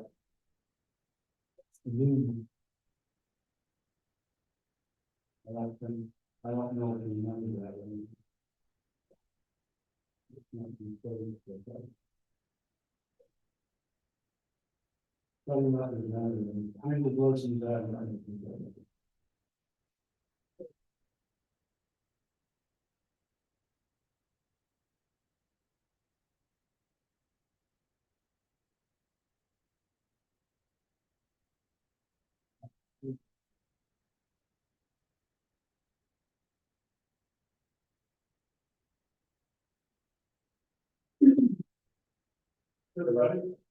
We need the old version.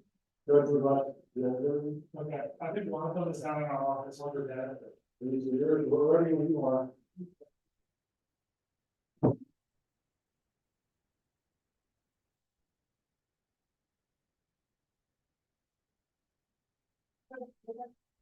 I put it on your laptop. Yeah, the one on the top of the.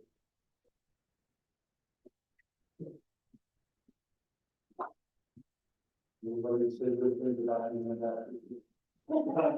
That's all. All right. Either that,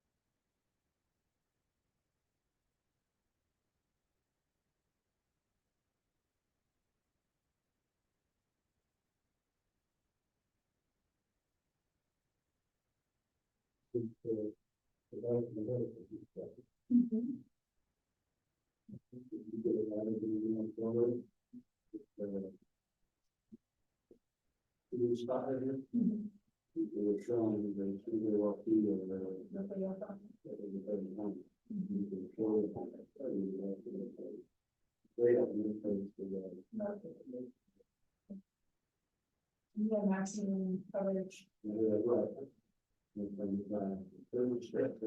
which you hear, you can.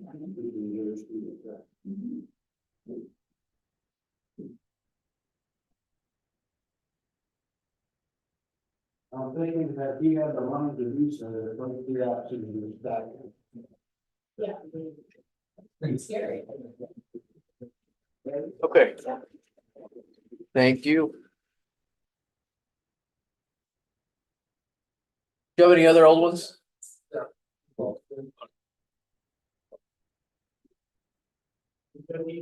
Downstairs. Okay.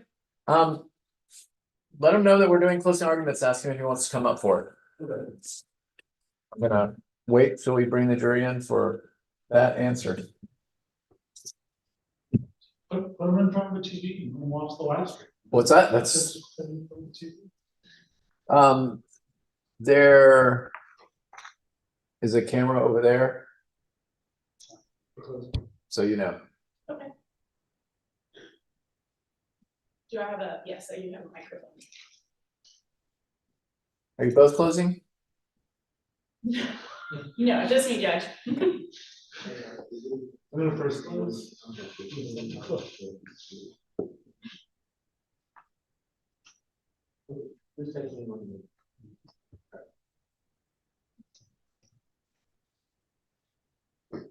We're gonna ask.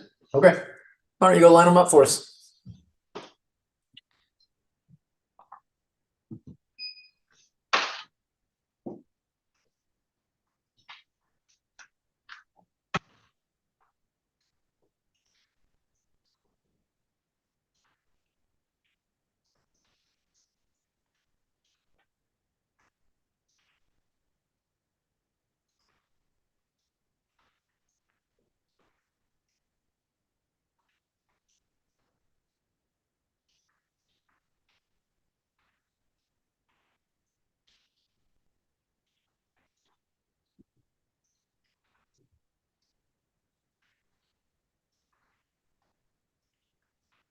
Well, let's take up the charge.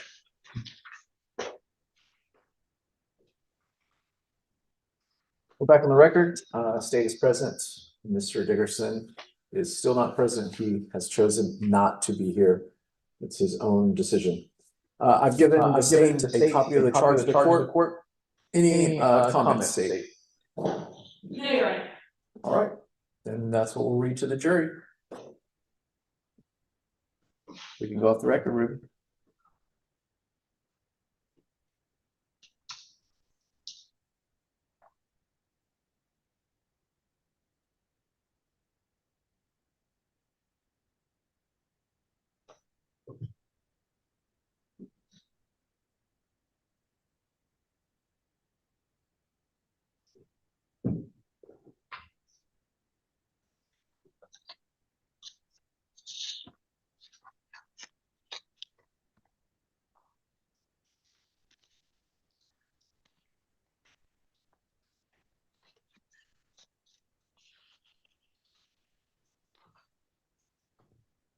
One moment.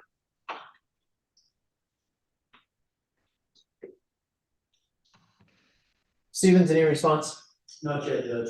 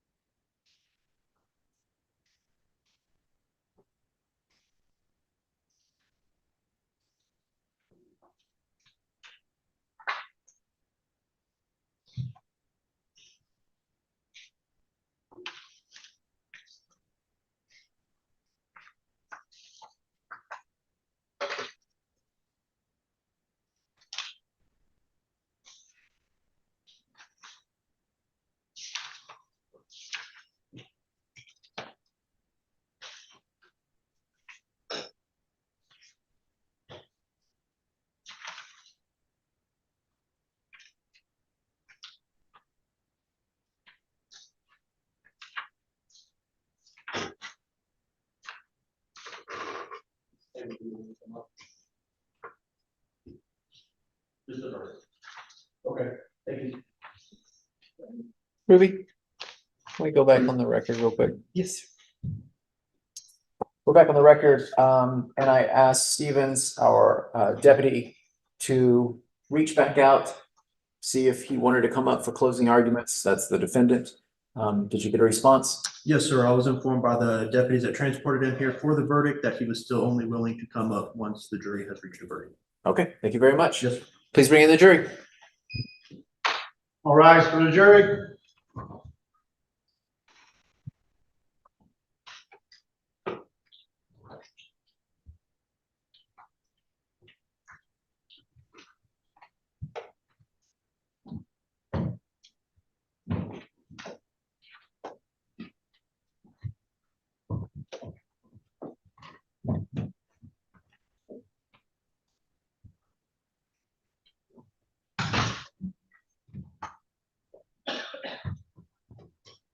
You may be seated.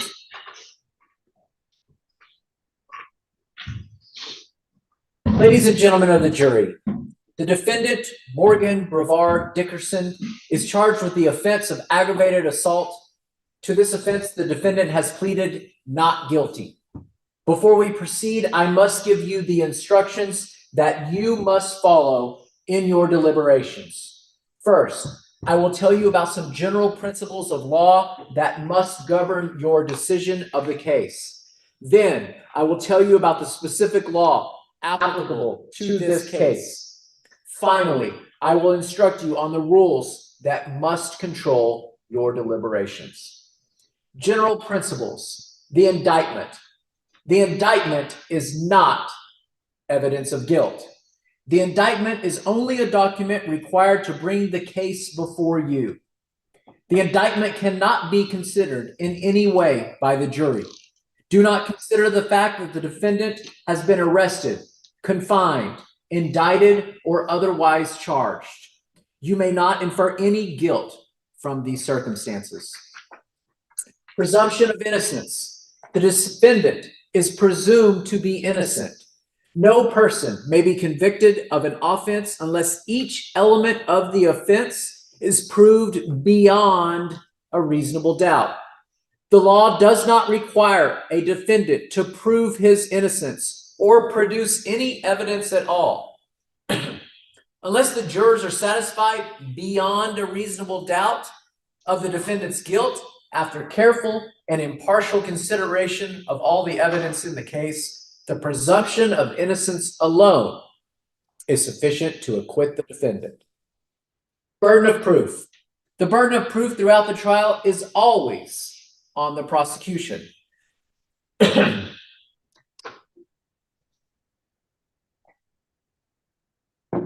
The prosecution has the burden of proving the defendant guilty. It must do so by proving each and every element of the offense charged beyond a reasonable doubt. If it fails to do so, you must acquit the defendant. It is not required the prosecution prove guilt beyond all possible doubt. It is required that the prosecution's proof excludes all reasonable doubt concerning the defendant's guilt.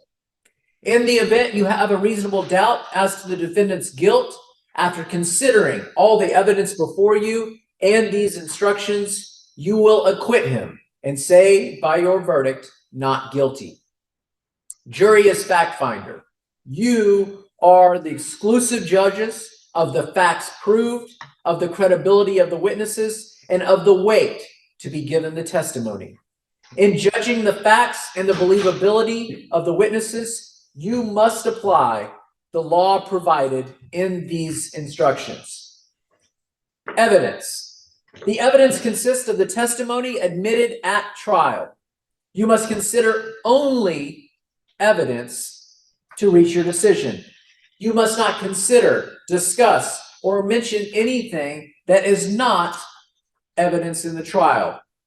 You must not consider or mention any personal knowledge or information you may have about any fact or person connected with this case that is not evidence in the trial. Statements made by the lawyers are not evidence. The questions asked by the lawyers are not evidence. Evidence consists of the testimony of the witnesses and the materials admitted into evidence. You are instructed not to allow yourselves to be influenced by what you may think is the court's opinion in this case. The court has no right, by word or act, to indicate any opinion regarding any matter of fact involved in this case, nor whether the defendant is guilty or not guilty. The court has not intended to express any such opinion. If you have observed anything which you have interpreted or may interpret as the court's opinion on any matter of fact in this case, or of whether the defendant is guilty or not guilty, you must disregard it. You should give terms their common meanings, unless you have been told in these instructions that the terms are given special meanings. In that case, you should give those terms the meanings provided in these instructions.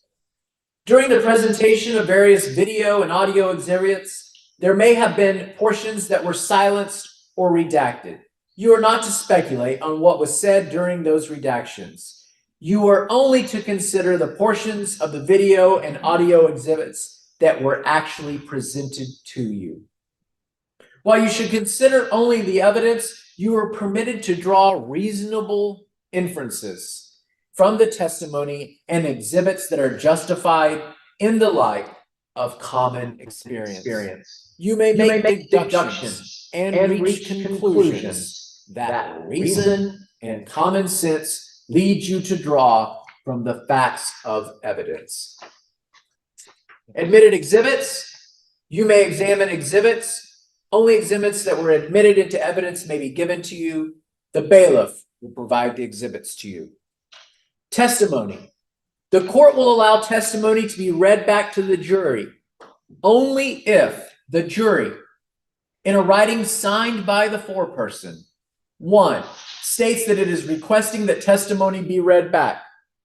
2, states that it has a disagreement about a specific statement of a witness or a particular point in dispute. And 3, identifies the name of the witness who made the statement. The court will then have the court reporter read back only that part of the statement that is in disagreement. Defendant's right to remain silent. The defendant has a constitutional right to remain silent. Our law provides the defendant may testify in his own behalf if he elects to do so. However, this is a right accorded to a defendant. If he elects not to testify, that fact cannot be taken as a circumstance against him during your deliberations. In this case, the defendant has elected not to testify. You are instructed that you cannot and must not refer or allude to that fact throughout your deliberations. You must not speculate, guess, or even talk about what the defendant might have said if he had taken the witness stand. The foreperson of the jury must immediately stop any juror from mentioning the defendant's decision not to testify. Presence of defendant. In all prosecutions for felonies, the defendant must be personally present at the trial, provided, however, that in all cases when the defendant voluntarily absents himself after pleading to the indictment or after the jury has been selected, when trial is before a jury, the trial may proceed to its conclusion. Here, the defendant has voluntarily absented himself. You may not infer any guilt from this circumstance. Other acts. During the trial, you may have heard evidence that the defendant may have committed wrongful acts not charged in the indictment. You are not to consider that evidence. You may not consider this evidence to prove that the defendant is a bad person and for this reason was likely to commit the charged offense. Note taking. You've been permitted to take notes during the testimony in this case. In the event any of you took notes, the bailiff will collect those notes prior to deliberations. You may not rely on your notes during your deliberations. Law. Our law provides that a person commits an assault if the person intentionally, knowingly, or recklessly causes bodily injury to another. A person commits the offense of aggravated assault if the person commits an assault, as defined above, and uses or exhibits a deadly weapon during the commission of the assault. 2, bodily injury. Bodily injury means physical pain, illness, or any impairment of physical condition. Deadly weapon includes a firearm. Firearm means any device designed, made, or adapted to expel a projectile through a barrel by using the energy generated by an explosion or burning substance or any device readily convertible to that use. 3, a person acts intentionally or with intent with respect to the nature of his conduct when it is his conscious objective or desire to engage in the conduct. A person acts knowingly or with knowledge with respect to the nature of his conduct or to circumstances surrounding his conduct when he is aware of the nature of his conduct or that the circumstances exist. A person acts recklessly or is reckless with respect to the result of his conduct when he is aware of but consciously disregards a substantial and unjustifiable risk that the result will occur. the risk must be of such a nature and degree that its disregard constitutes a gross deviation from the standard of care that an ordinary person would exercise under all the circumstances as viewed from the actor's standpoint. 4.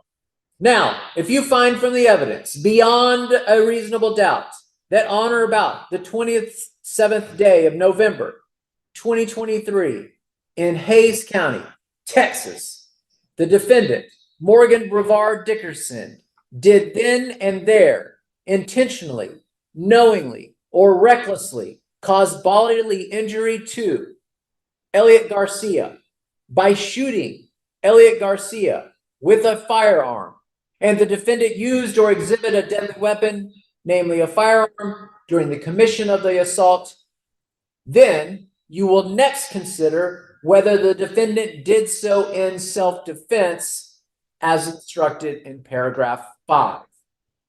If you do not so find from the evidence beyond a reasonable doubt, or if you have a reasonable doubt thereof, you will find the defendant not guilty, and you will not consider paragraph 5. Paragraph 5.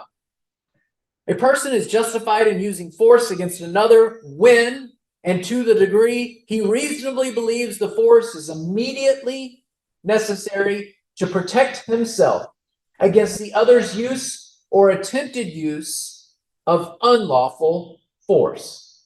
The use of force against another is not justified, 1, in response to verbal provocation alone.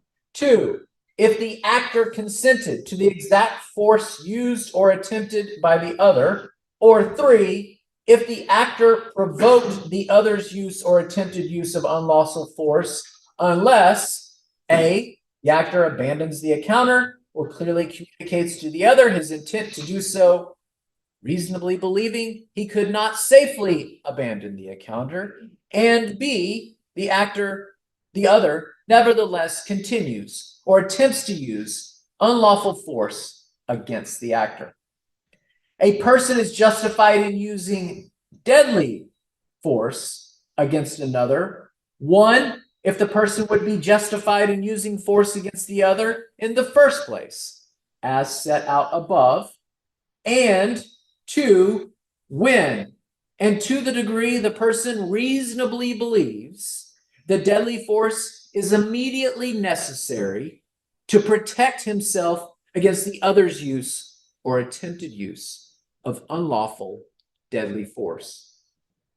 A person has the right to defend from apparent danger to the same extent as he would had the danger been real, provided he acted upon a reasonable apprehension of danger as it appeared to him from his standpoint at the time. Reasonable belief means a belief that would be held by an ordinary and prudent person in the same circumstances as the defendant.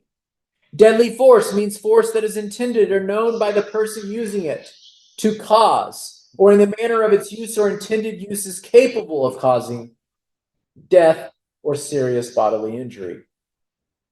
Bodily injury and serious bodily injury, as defined in paragraph 2, apply and have the same meaning here. A person, 1, who has a right to be present at the location where the deadly force is used, and 2, who has not provoked the person against whom the deadly force is used, and 3, who is not engaged in criminal activity at the time the deadly force is used, is not required to retreat before using deadly force.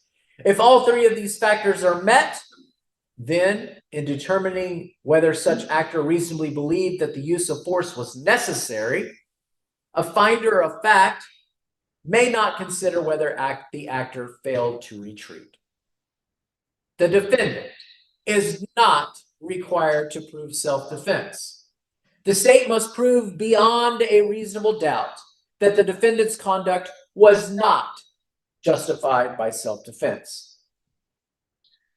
Now, keeping in mind these instructions, even if you unanimously find that the state has proven beyond a reasonable doubt that the defendant, Morgan Brevard Dickerson, committed the offense of aggravated assault against Elliot Garcia, you must next decide whether the state has proven beyond a reasonable doubt that the conduct was not justified by self-defense.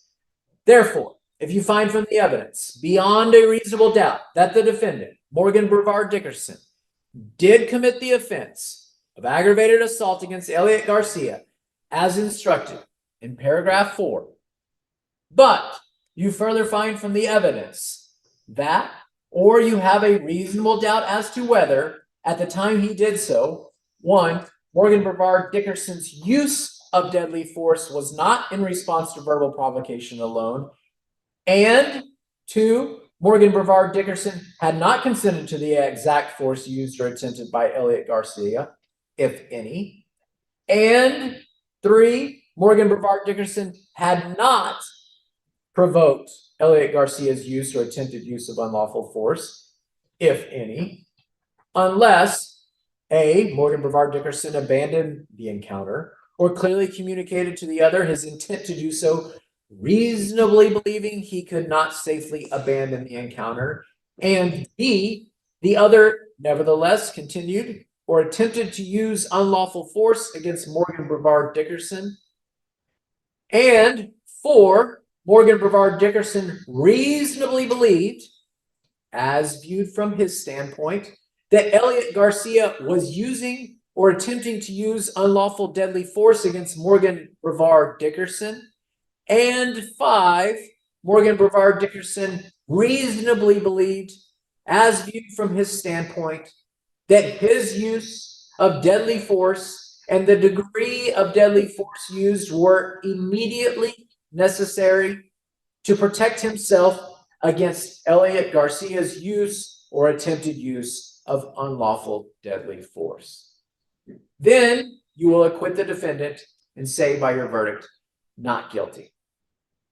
However, if you find from the evidence beyond a reasonable doubt that the defendant, Morgan Brevard Dickerson, did commit the offense of aggravated assault against Elliot Garcia as charged in the indictment, and you further find from the evidence beyond a reasonable doubt that 1, Morgan Brevard Dickerson's use of deadly force was in response to verbal provocation alone, or 2, Morgan Brevard Dickerson had consented to the exact force used or attempted, if any, by Elliot Garcia, or 3, Morgan Brevard Dickerson had provoked Elliot Garcia's use or attempted use of unlawful force, if any, unless A, Morgan Brevard Dickerson abandoned the encounter or clearly communicated to the other his intent to do so, reasonably believing he could not safely abandon the encounter, and B, the other nevertheless continued or attempted to use unlawful force against Morgan Brevard Dickerson, or 4, Morgan Brevard Dickerson did not reasonably believe, as viewed from his standpoint, that Elliot Garcia was using or attempting to use unlawful deadly force against Morgan Brevard Dickerson, or 5, Morgan Brevard Dickerson did not reasonably believe, as viewed from his standpoint, that his use of deadly force and the degree of deadly force used were immediately necessary to protect himself against Elliot Garcia's use or attempted use of unlawful deadly force. Then you will find the defendant, Morgan Brevard Dickerson, guilty of the offense of aggravated assault as charged in the indictment.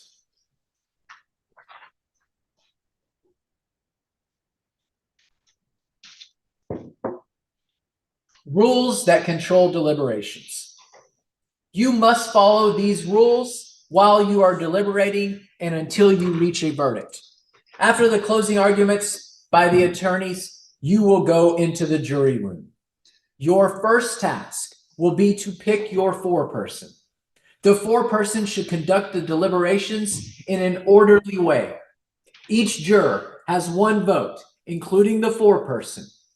The foreperson must supervise the voting, vote with other members on the verdict, and sign the verdict sheet.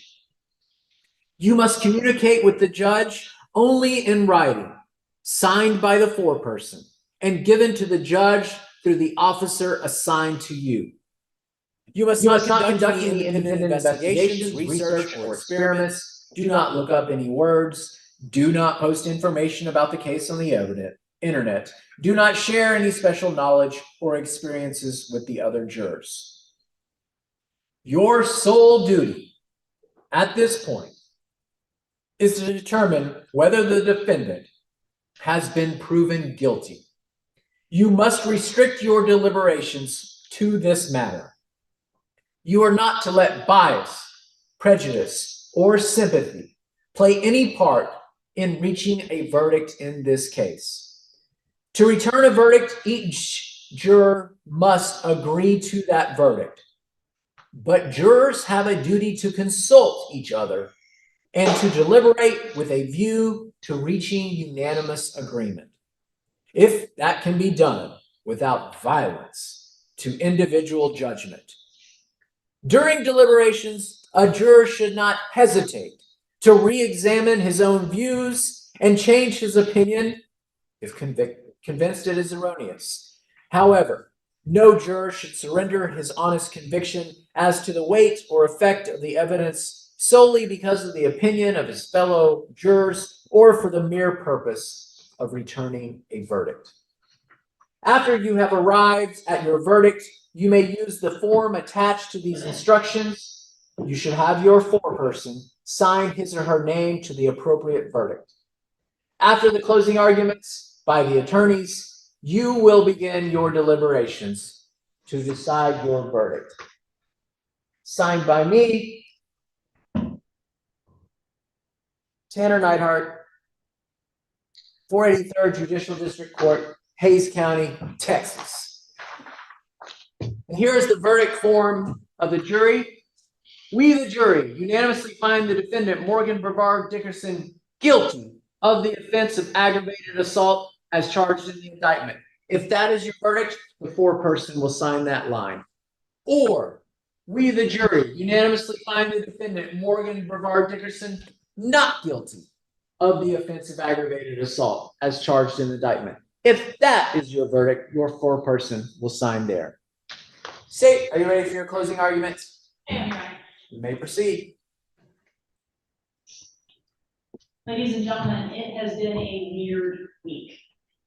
I can tell you I've done this job for longer than I like to remember most days, and I don't think I've ever had a trial that's gone quite like this. But I want to be very clear with y'all that the weirdness and the strangeness of this case by itself does not make a reasonable doubt. What you look at when you consider whether or not the state has met its burden is the evidence in this case. And the evidence in this case is really pretty clear cut and straightforward. It starts with that kind of chaotic 911 call, right? And you heard Katie, she's kind of giving bits and pieces of information. We know from listening to Elliot testify that she's getting this information second or third hand. You can tell from how she answers some of the questions, she's not even really listening to the dispatcher because she's focused on trying to get help to Elliot and trying to figure out what the heck just happened. So we start with that kind of chaotic 911 call.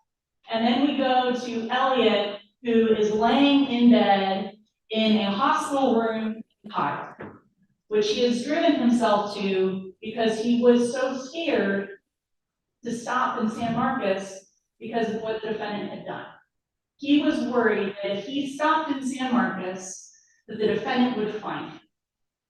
And after you heard him describe what the defendant did, I think you can understand where that concern came from and why it was legitimate.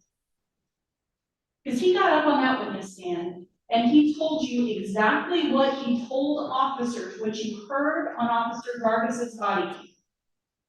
What he told you that night, it has not changed. He told you more, he fleshed out things when he was asked to on the witness stand. He explained more of the history and the background between the parties about the prior incidents with the defendant looking into cars and why that concerned him and how there was this confrontation. And he was honest with you. He told you his boss, Mike, was ready to fight Mr. Dickerson. That wasn't Elliot.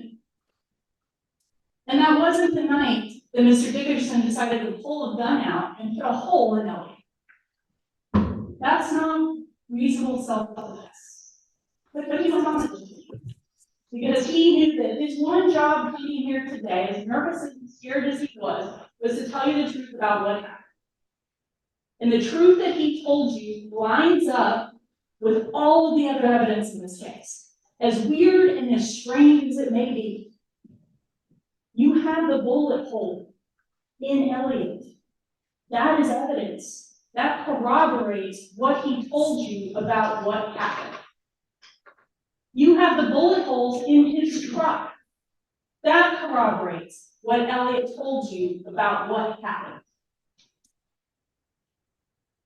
And this little tiny piece of evidence, State's Exhibit number 6, I want you to think about how significant this evidence is.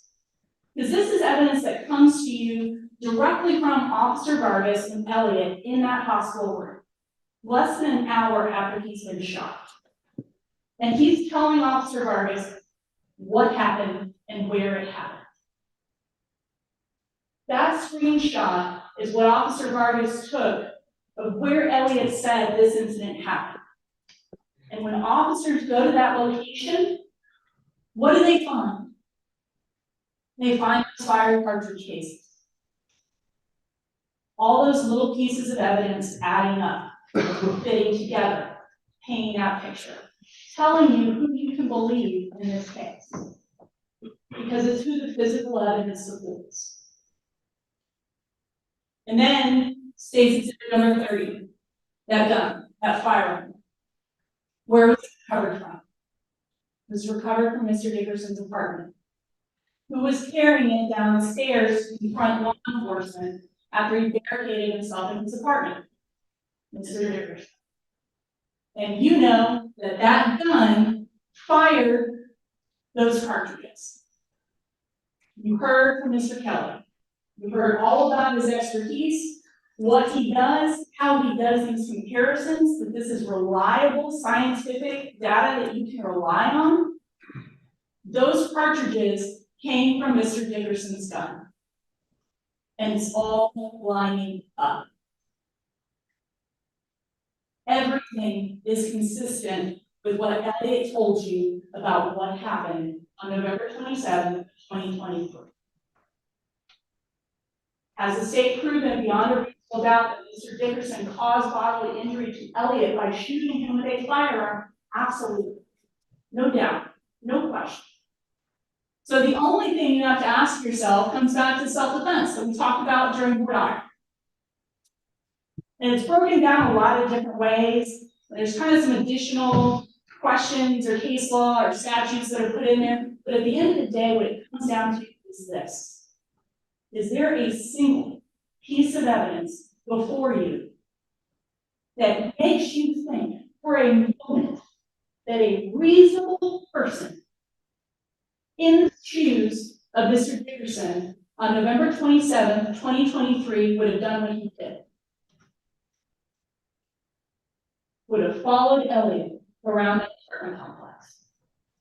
Followed him as he drove away, drove towards an elementary school because he has the mistaken belief that if I just get to a place where there are kids around, surely any reasonable person is going to realize I don't want confrontation.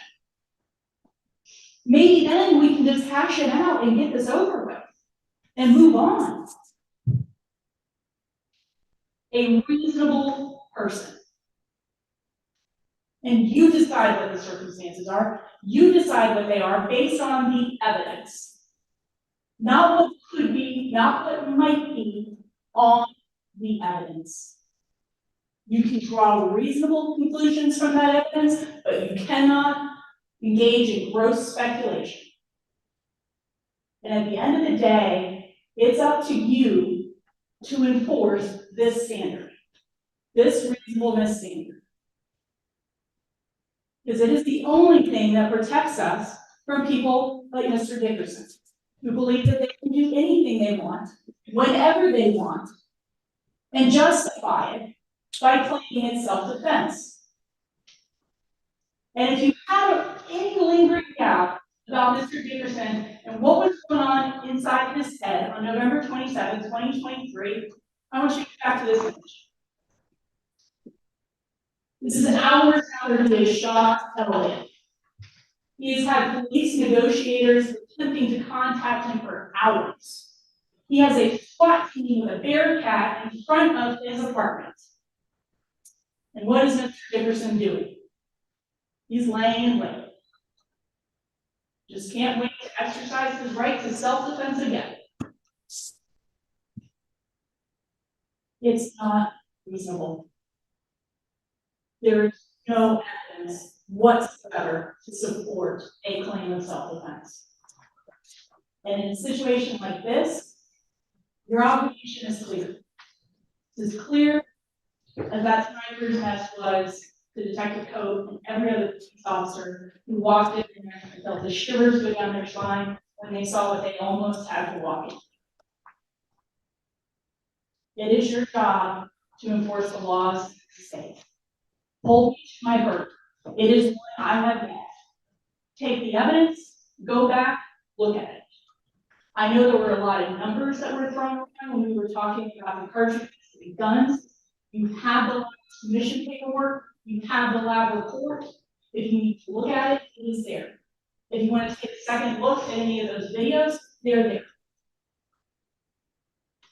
Don't think that just because this has been a weird week and a weird set of circumstances, that means there should be a reasonable doubt. Do your job, look at the evidence, apply the law, ensure that the standard that we have in Gates County of what is reasonable is one that you are comfortable with. Because it's up to you at the end of the day to protect us all. You set that standard, you have to be first. We've given you everything that you need to make your decision, ladies and gentlemen, and now it's up to you. All right, ladies and gentlemen, you now have all the evidence in this case, the closing argument, and the charge of the court. If you have any questions, you should refer to this charge. We will be in recess now until you reach your verdict. Thank you, Deputy. All right, so the jury.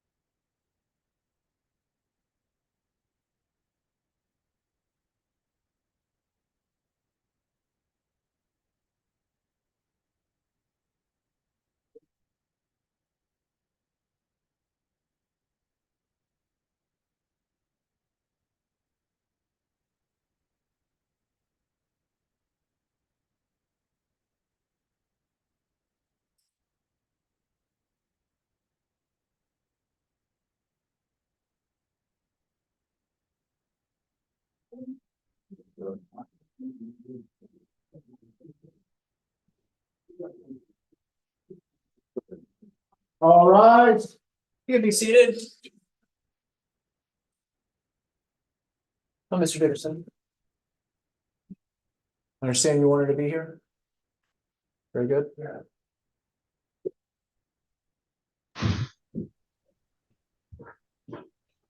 We'll line up the jury, please.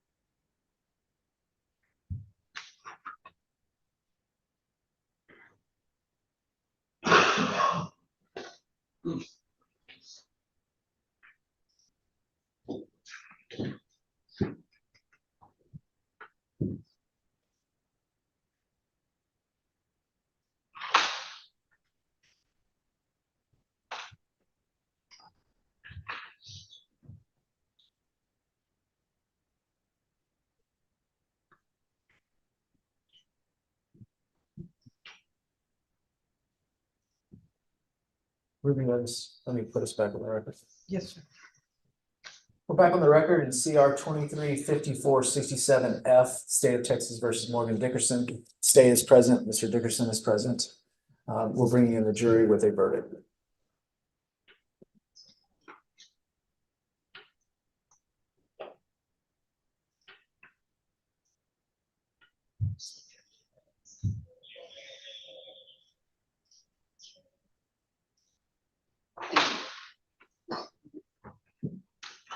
All right, the jury.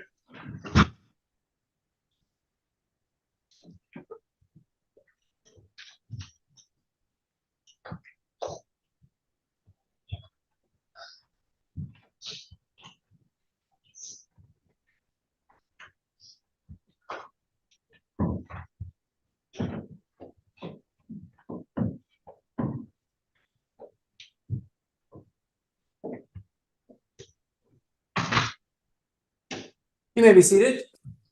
Would the foreperson please rise? I understand that you have a verdict. We do. Is it unanimous? It is. Please pass it to the bailiff. You may be seated. Mr. Dickerson, can you please rise? Verdict of the jury. We, the jury, unanimously find the defendant, Morgan Brevard Dickerson, guilty of the offense of aggravated assault as charged in the indictment signed by the foreperson of the jury. Would anyone like anything taken up with the jury? Nothing for the state. Sir? Okay, you may be seated. All right, that completes your duty as jurors. Thank you so much for coming in. I appreciate your patience while we've made you wait a few times, but I want to assure you that at all times we were working in here.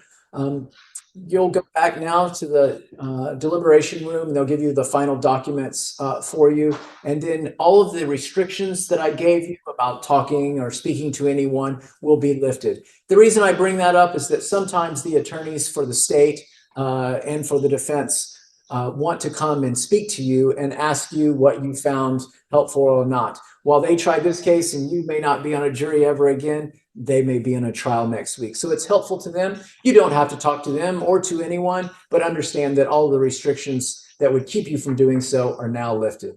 I thank you so much for your service. Hays County is better because you all came and did this. You helped us deliver the administration of justice in our county. So thank you so much and understand the importance of what you've done.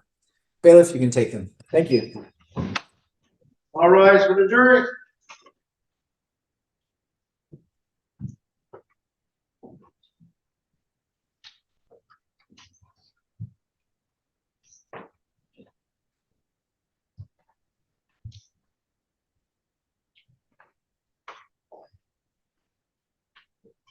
Okay, Mr. Dickerson, what we're going to do now is order a PSI. That means that somebody from the probation department will speak to you.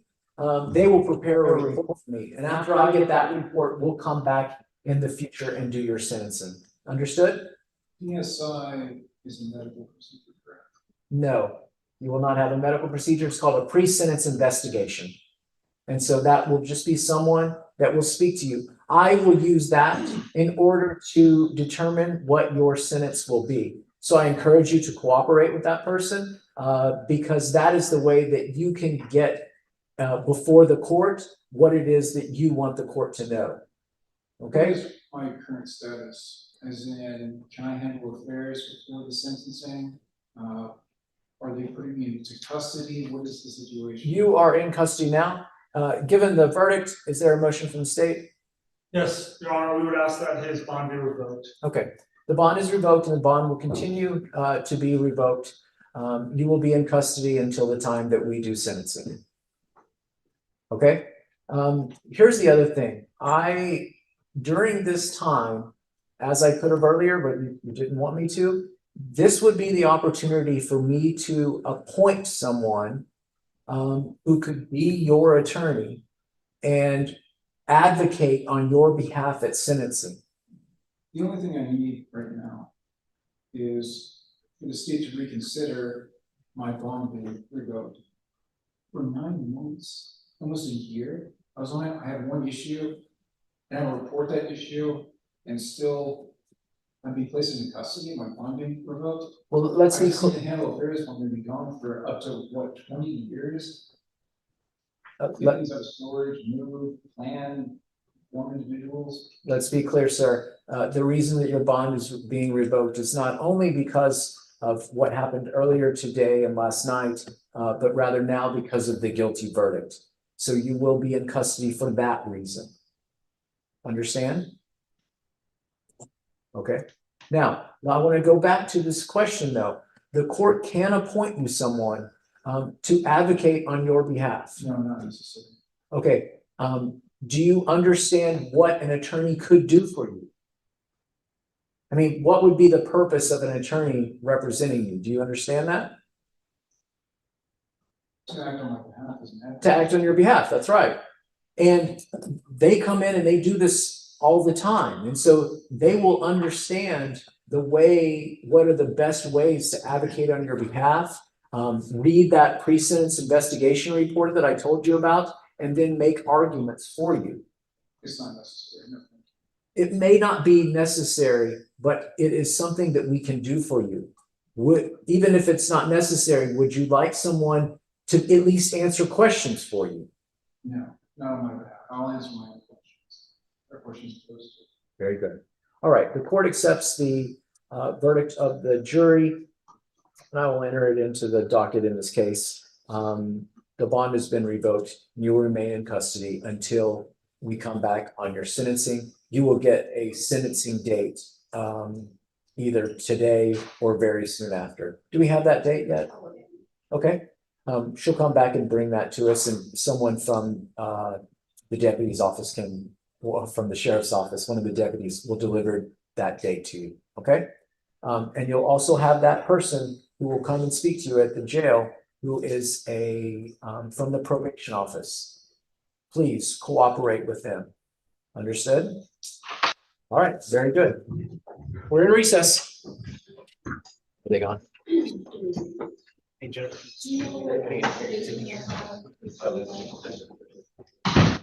I need to call my father. Do you want him to come get your phone and everything? Yes, I need to talk to him. Do we facilitate any keys? Does he have guns like keys, or does he need? I don't think so. It's his vehicle. So being that the property is already inventory for the jail, it's on the inventory, that's fine. But he would need to come to the jail to do a property release form. He just signs, yes, he can have my keys, your father will sign too, that yes, I took them. And all this stuff.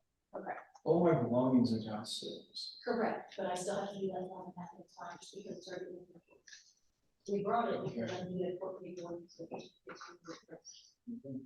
And Mr. Dickerson, I will ask you, they're apparently a bit concerned because it looks like there's a firearms manual or something that's in your vehicle. I just want to be sure, is there anything in that? Manual's a manual, irrelevant. Is there anything? A that's manual's, covered a in manual's a the- manual, it's irrelevant, don't even bring it up. No, that's not. Nothing in there is gonna hurt anything, correct? No. Okay. Just gotta check.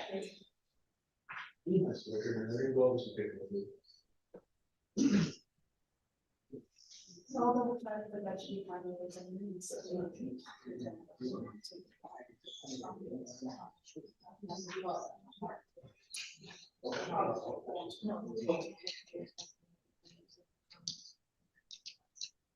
I'm not going to deletion there. Well, so this is a PSI, to actually what the judge was talking about, it's like the investigation. Do we do that for the judge? Yeah. Do we do that? Yeah. That's really not. We need it, to the case. Frankly, assign the. You want to explain what that is, filling out? Yeah, it's just the personal information up at the top, We're saying, Yes. probationary report, which I'm not a probation. yes, but you have a PSI, we know that information for the PSI. Well, then, I can just put this now, I'm not gonna fill a form about my probation, I'm not. But it's not about information, it's just It's- information. Probationary report, There's a box Yes. that got clear that says. I had it PSI. checked it, because it was one to fill out. Supposed to be on the left side, PSI is for straight up. You should take off with me for that one, because I'm not gonna fill out a form for probation, right now, I'm not on probation. We get that. Oh, yeah.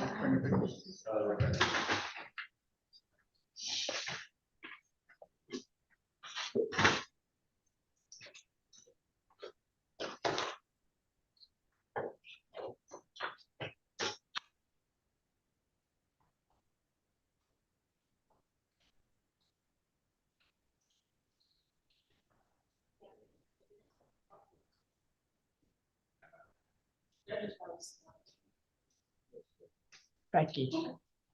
Becky. Do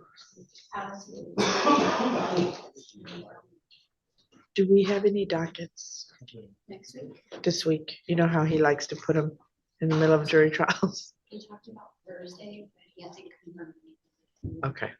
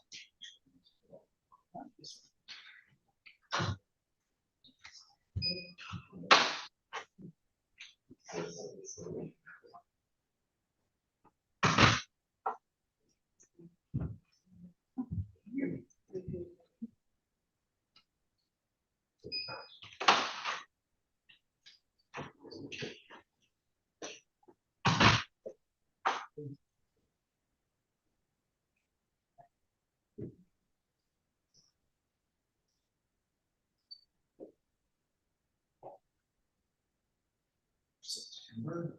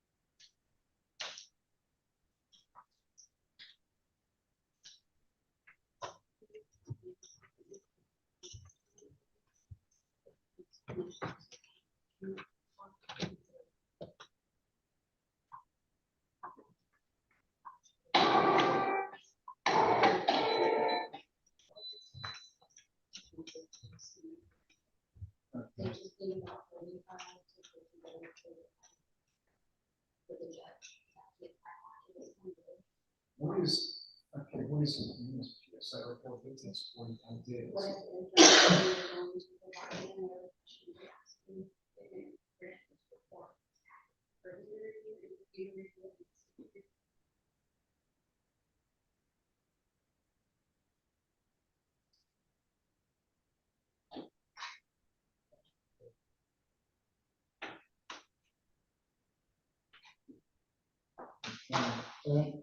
Hopefully before September 30th. Let me give you this. So we will continue to send whoever is assigned to it. We'll have time in your schedule and contact you.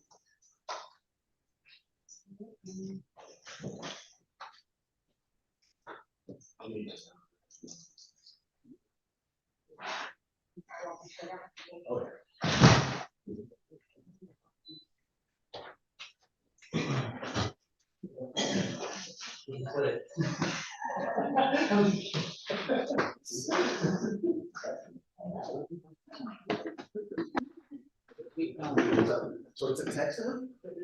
Yeah, so they get a text with the instructions on the donation form and the award form. Yeah, and they can print as many as they want.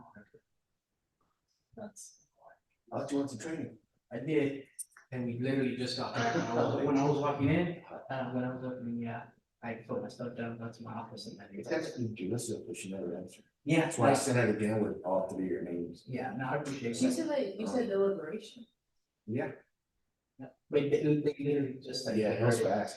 They had just deliberated, they had a verdict. Yeah. So, but yeah, no, I did. Yeah, you think he wants to keep the red folder? I haven't stopped on anything. He gave it to me and then he took it back to write something in, and so I don't, but I haven't touched it, I haven't thought something like this. I don't know, they're just waiting. Actually, you want to send it back to you. Okay. I don't mind. Yeah. We have it locked up anyway. The trees have to come back in. Okay, That's good. we did what we had on the right. I missed We knocked it. over the table already. I'm just telling them, I recall myself on the back of the here, I never. Is that what we're doing? I saw you get up on the camera. Well, yeah, 'cause y'all were coming this way, oh, damn. I don't know, I just got up and then I said, oh. Dude, that would have been your free time. I got up and I got all mixed up. I don't know if I was gonna help her, the cat in the mix of that, but I was gonna help her on my night. I-